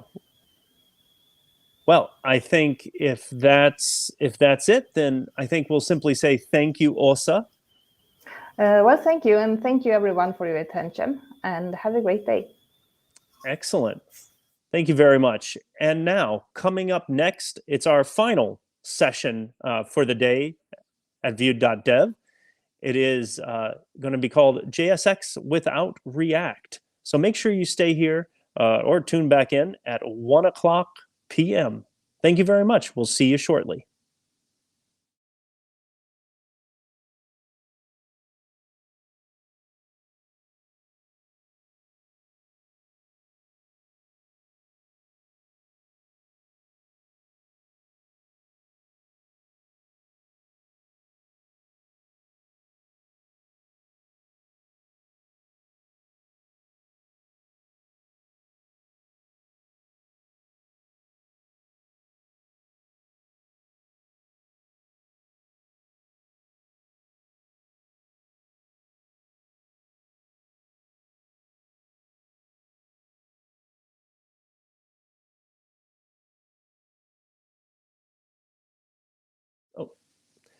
Welcome back to Vewd.dev. We're concluding today with our final session entitled JSX without React, and it's all about the JavaScript extension JSX and how it makes UI developers' lives easier. Remember to add your questions into the chat so we can answer them after the session. For now, I'm going to turn it over to our presenter, Vewd UI developer Bartłomiej Mieszkowski. Thank you, Thomas, for this brief introduction. Topic of my today's presentation is JSX without React, and the question behind it is it possible? HTML-based UI became a very popular thing in recent years, with lots of frameworks popping up and tempting UI developers with their neat features. Ecosystems started to grow around them, and they became a way to go for solving problems. One of the honorable mention here is, of course, React. With its declarative approach, it soon became front-end favorite. It also comes in pair with a very handy JavaScript extension called JSX. What JSX does? In short words, JSX allows us to write XML-like code within our JavaScript files. This way, both tools revolutionize the way we write our UI applications, allowing us to write them in a much more cleaner and encapsulated fashion. So the question is, can JSX be used without React? Before I answer that question, I'd like to say a few words about me. I'm Bartłomiej, I'm a JavaScript developer here in Vewd, and I'm a member of the team that delivers our UI applications. On a slide behind me, you can see an example of one of our applications, Electronic Program Guide. It's delivered with our internally built framework, which is compliant with JSX. And after that brief introduction, let's get back to the topic of JSX. So let's start with a brief introduction. To start with, JSX is an XML-like syntax extension to JavaScript. This is a title one can find in a Facebook's JSX specification draft introduced in 2014. It was created to simplify defining tree structures with attributes in JavaScript code. And as we all know, HTML is a tree structure. Another important thing meant in the specification is that this extension should be only understood by preprocessors. It should not be part of ECMAScript, nor rendering engine, nor the browser. This means that this tool is there for us developers to write more maintainable and clear code. So why say that's XML-like code? Let's take a look at this JSX example. As you can see, resemblance to HTML is uncanny. We've got tags, the tree-like structures. We have an article tag with an attribute assigned to it, then a section one, and then two tags that are not a part of HTML semantics, yet they still will be transformed in the end into a proper HTML. What are those? Those are components. I'll get back to them later during the presentation. Let's focus on what we see here and what are the difference between JSX and HTML. First thing that we should spot is that we have an article with a class name attribute. But why is it a class name and not class like in HTML? The answer is simple. JSX is an extension to JavaScript, and JavaScript has a keyword class already. That's why we can't use a class here. We can also see that the unordered list has an aside function to onClick attribute, but how it will be transformed into onClick attribute in HTML? Well, that's not up to JSX to decide. That is the purpose of the UI framework you are using. JSX is only an extension of the language, not a rendering engine and not an UI framework. Because of that, we could benefit from nice readable tree structures within our JavaScript files with full benefit of syntax checking and coloring. But those are not only advantages of using JSX. There are a few more of them. Another is that JSX is an expression. What does it mean? Well, the slide gives it all. It means that you can assign your HTML-like code to a variable, or you can return it from a function. This comes handy in a code composition. So as you can see on the example, we have a very simple function with a switch statement inside, which based on the param value returns different HTML elements. This isn't the greatest real-life example, of course, but if it allows us to see that we can treat JSX as an expression in our code. Of course, for longer ones, you could and should use parentheses to wrap your code around to increase readability. So, what comes next? JSX is an expression, but can also evaluate expressions. Let's say we have an object that contains some data. One example is it's some car. So we can see that some car has three fields: the manufacturer, model, and production year. Let's imagine that we want to embed this data into a sentence, so we create a generic function called formatCarData, which is returning a template literal which relies on a specific object fields, the same ones that already exist in our object. At the very end, we have a JSX element that is actually a HTML div, which contains the formatted sentence.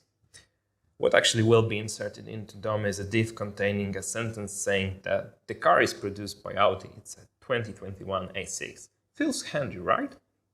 To indicate an expression in JSX syntax, you need to put it inside curly brackets. This way, it will be recognized as a JavaScript code that needs to be evaluated. But let's complicate this example a bit. Imagine we have an array. With a pure HTML, it would result in repeating a lot of code with only minor changes. JavaScript would allow us to automate this process a bit because we could loop over the data structure, but it would still require us to perform some manual steps. But with JSX, we could easily iterate over the list using arrays prototype map function. It's more readable code and it's far less of it. The same, of course, can be achieved with a plain JavaScript, like I said before, but it would require some additional manual steps. It also highlights what JSX gives us, and it's the ability to write actual HTML structure and see how it will look like as the end result. But the selling point of JSX is actually ability to couple logic and UI. This, of course, doesn't mean that we have to put all our logic into our components. What should be there is the logic that we should want to couple with the UI state, user interactions, and things like that. Good use case would be when we have a component that prior to being fed with data should actually indicate to the user that it's loading the data. Or as given an example, when our data array is empty, we should notify the user that we don't have anything to show him. And if data is there, then we should actually create a list out of data sets we've got and display them to our user. This entity that you can see is maybe called a component. It describes how our UI will look like and also how it will behave under given circumstances. And what is most important, it can be easily reused to build and scale your UI. So, some of you may say that those things can be achieved with plain JavaScript, and yes, that's true. But let me show you the difference between how will you do it in JavaScript and how it will be done with JSX. So, at the top, you can see that we've got a function called listElement. It iterates with a for each over the car object array. It creates an div element, then it sets its inner text to what will be returned from previously defined format car data function, and then at the end it inserts it into document object model. As you can see, it's quite a lot of lines, it's quite a lot of manual steps. The same can be achieved in far more or less lines with JSX as on the example below.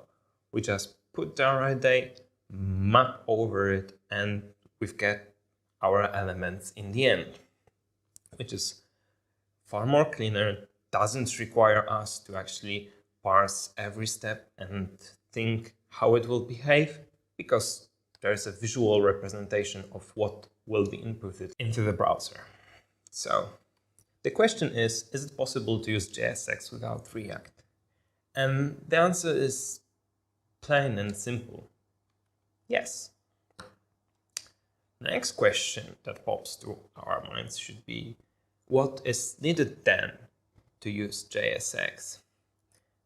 What I'll present to you in the upcoming slides will not only explain how to use JSX without React, but I hope it also shed a bit of light how it's actually set up to be used with React.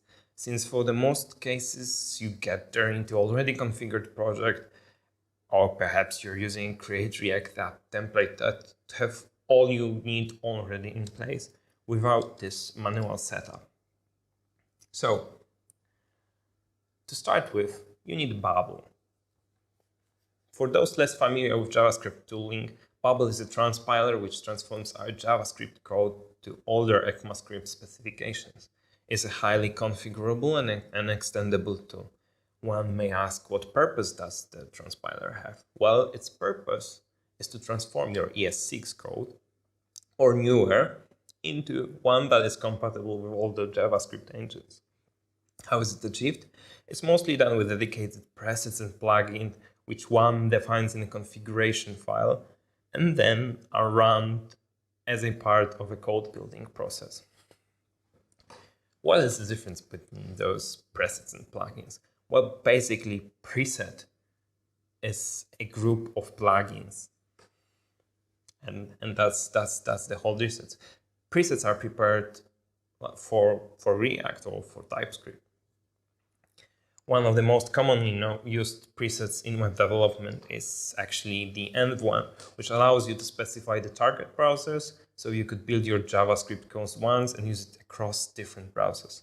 But there are many different not related plugins which allows us to take advantage of features which are staged to be implemented in JavaScript, like private fields or class properties. The plugin that interests us the most is the Babel plugin Transform React JSX. It's an official plugin delivered by Babel team.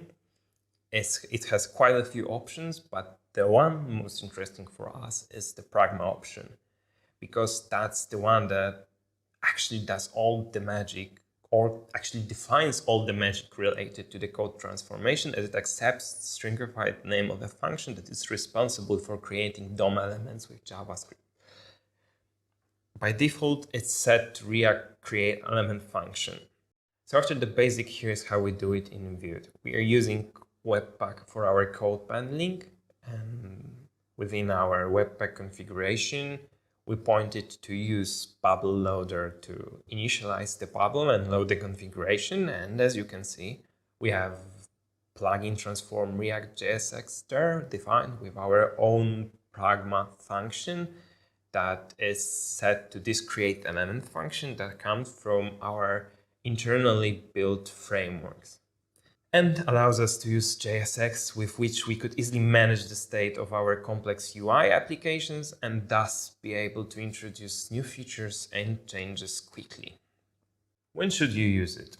JSX should be used only with compatible frameworks or when you're writing your own, like we do here in Vewd. You should think about JSX as an enhancement rather than a standalone solution. It was created to be able to connect JavaScript and HTML in a convenient way. With JSX, one can easily encapsulate logic related to the UI and structure it in a way that could easily mimic the output of HTML. So, I'd like to thank you all for the attention. I hope that you liked the presentation and it clarified some things for you. And now, after a short break, there will be time for questions.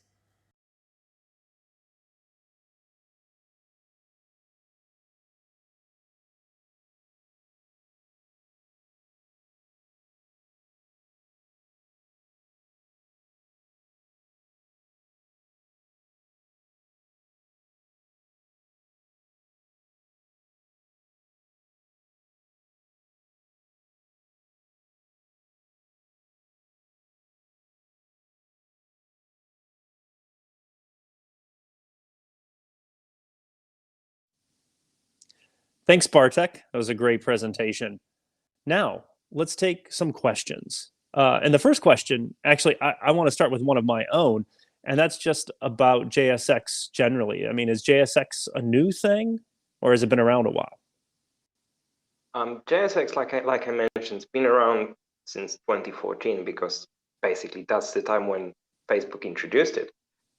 However, I think that you need to understand it became so popular with React, and I think every developer should strive to understand where does his tooling come from and how to use it. And it's obviously not a very new thing, but it's very useful to understand how it works. Cool. We have a couple of other questions here, and a little more technical than mine. So thanks for answering mine first. Can you automatically import your package similar to how one can auto import in React? Yes, of course, you can do that. That's actually one of the most important recent changes. It was introduced in version 7.9 of Babel, of this plugin, that you actually can define a import source. I mean, firstly, you need to define the option, the runtime option, and set it to automatic.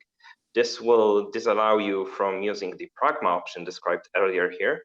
However, it would, with a right structure of your library or the framework you're using, you could just specify the place from where you need to import those functions, and they will be auto-imported.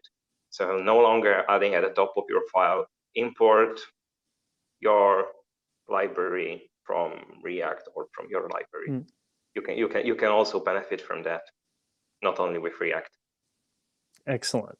And then also, can one have fragments similar to React in their own library? Yes, of course. That's also doable with both automatic runtime and a classic one. For the automated, similarly to the pragma function, you won't have the option called pragma fragment responsible for that available. Though for the classic one, you will have, and then you will just describe similarly to pragma function, the function with which the bubble should replace the fragments and with the desired behavior. So yes, that's also doable there. Great. I'm taking a look on the chat to see if we have some other questions that have come through. It seems like we have run through everything. So I think with that, I'd like to just say thank you, Bartek, for sharing a little bit about JSX without React. Yeah, thank you so much very much for the introduction. Thank you everyone for attention, and I hope everybody learned something new today and useful and beneficial for their further work. Thanks, Bartek. And now that brings to a close day one of Vewd.dev. Make sure you join us tomorrow, also at Vewd.dev, starting at 10 a.m., as we have another day planned of great talks around embedded software, cloud, and UI technologies. Thanks for joining us today.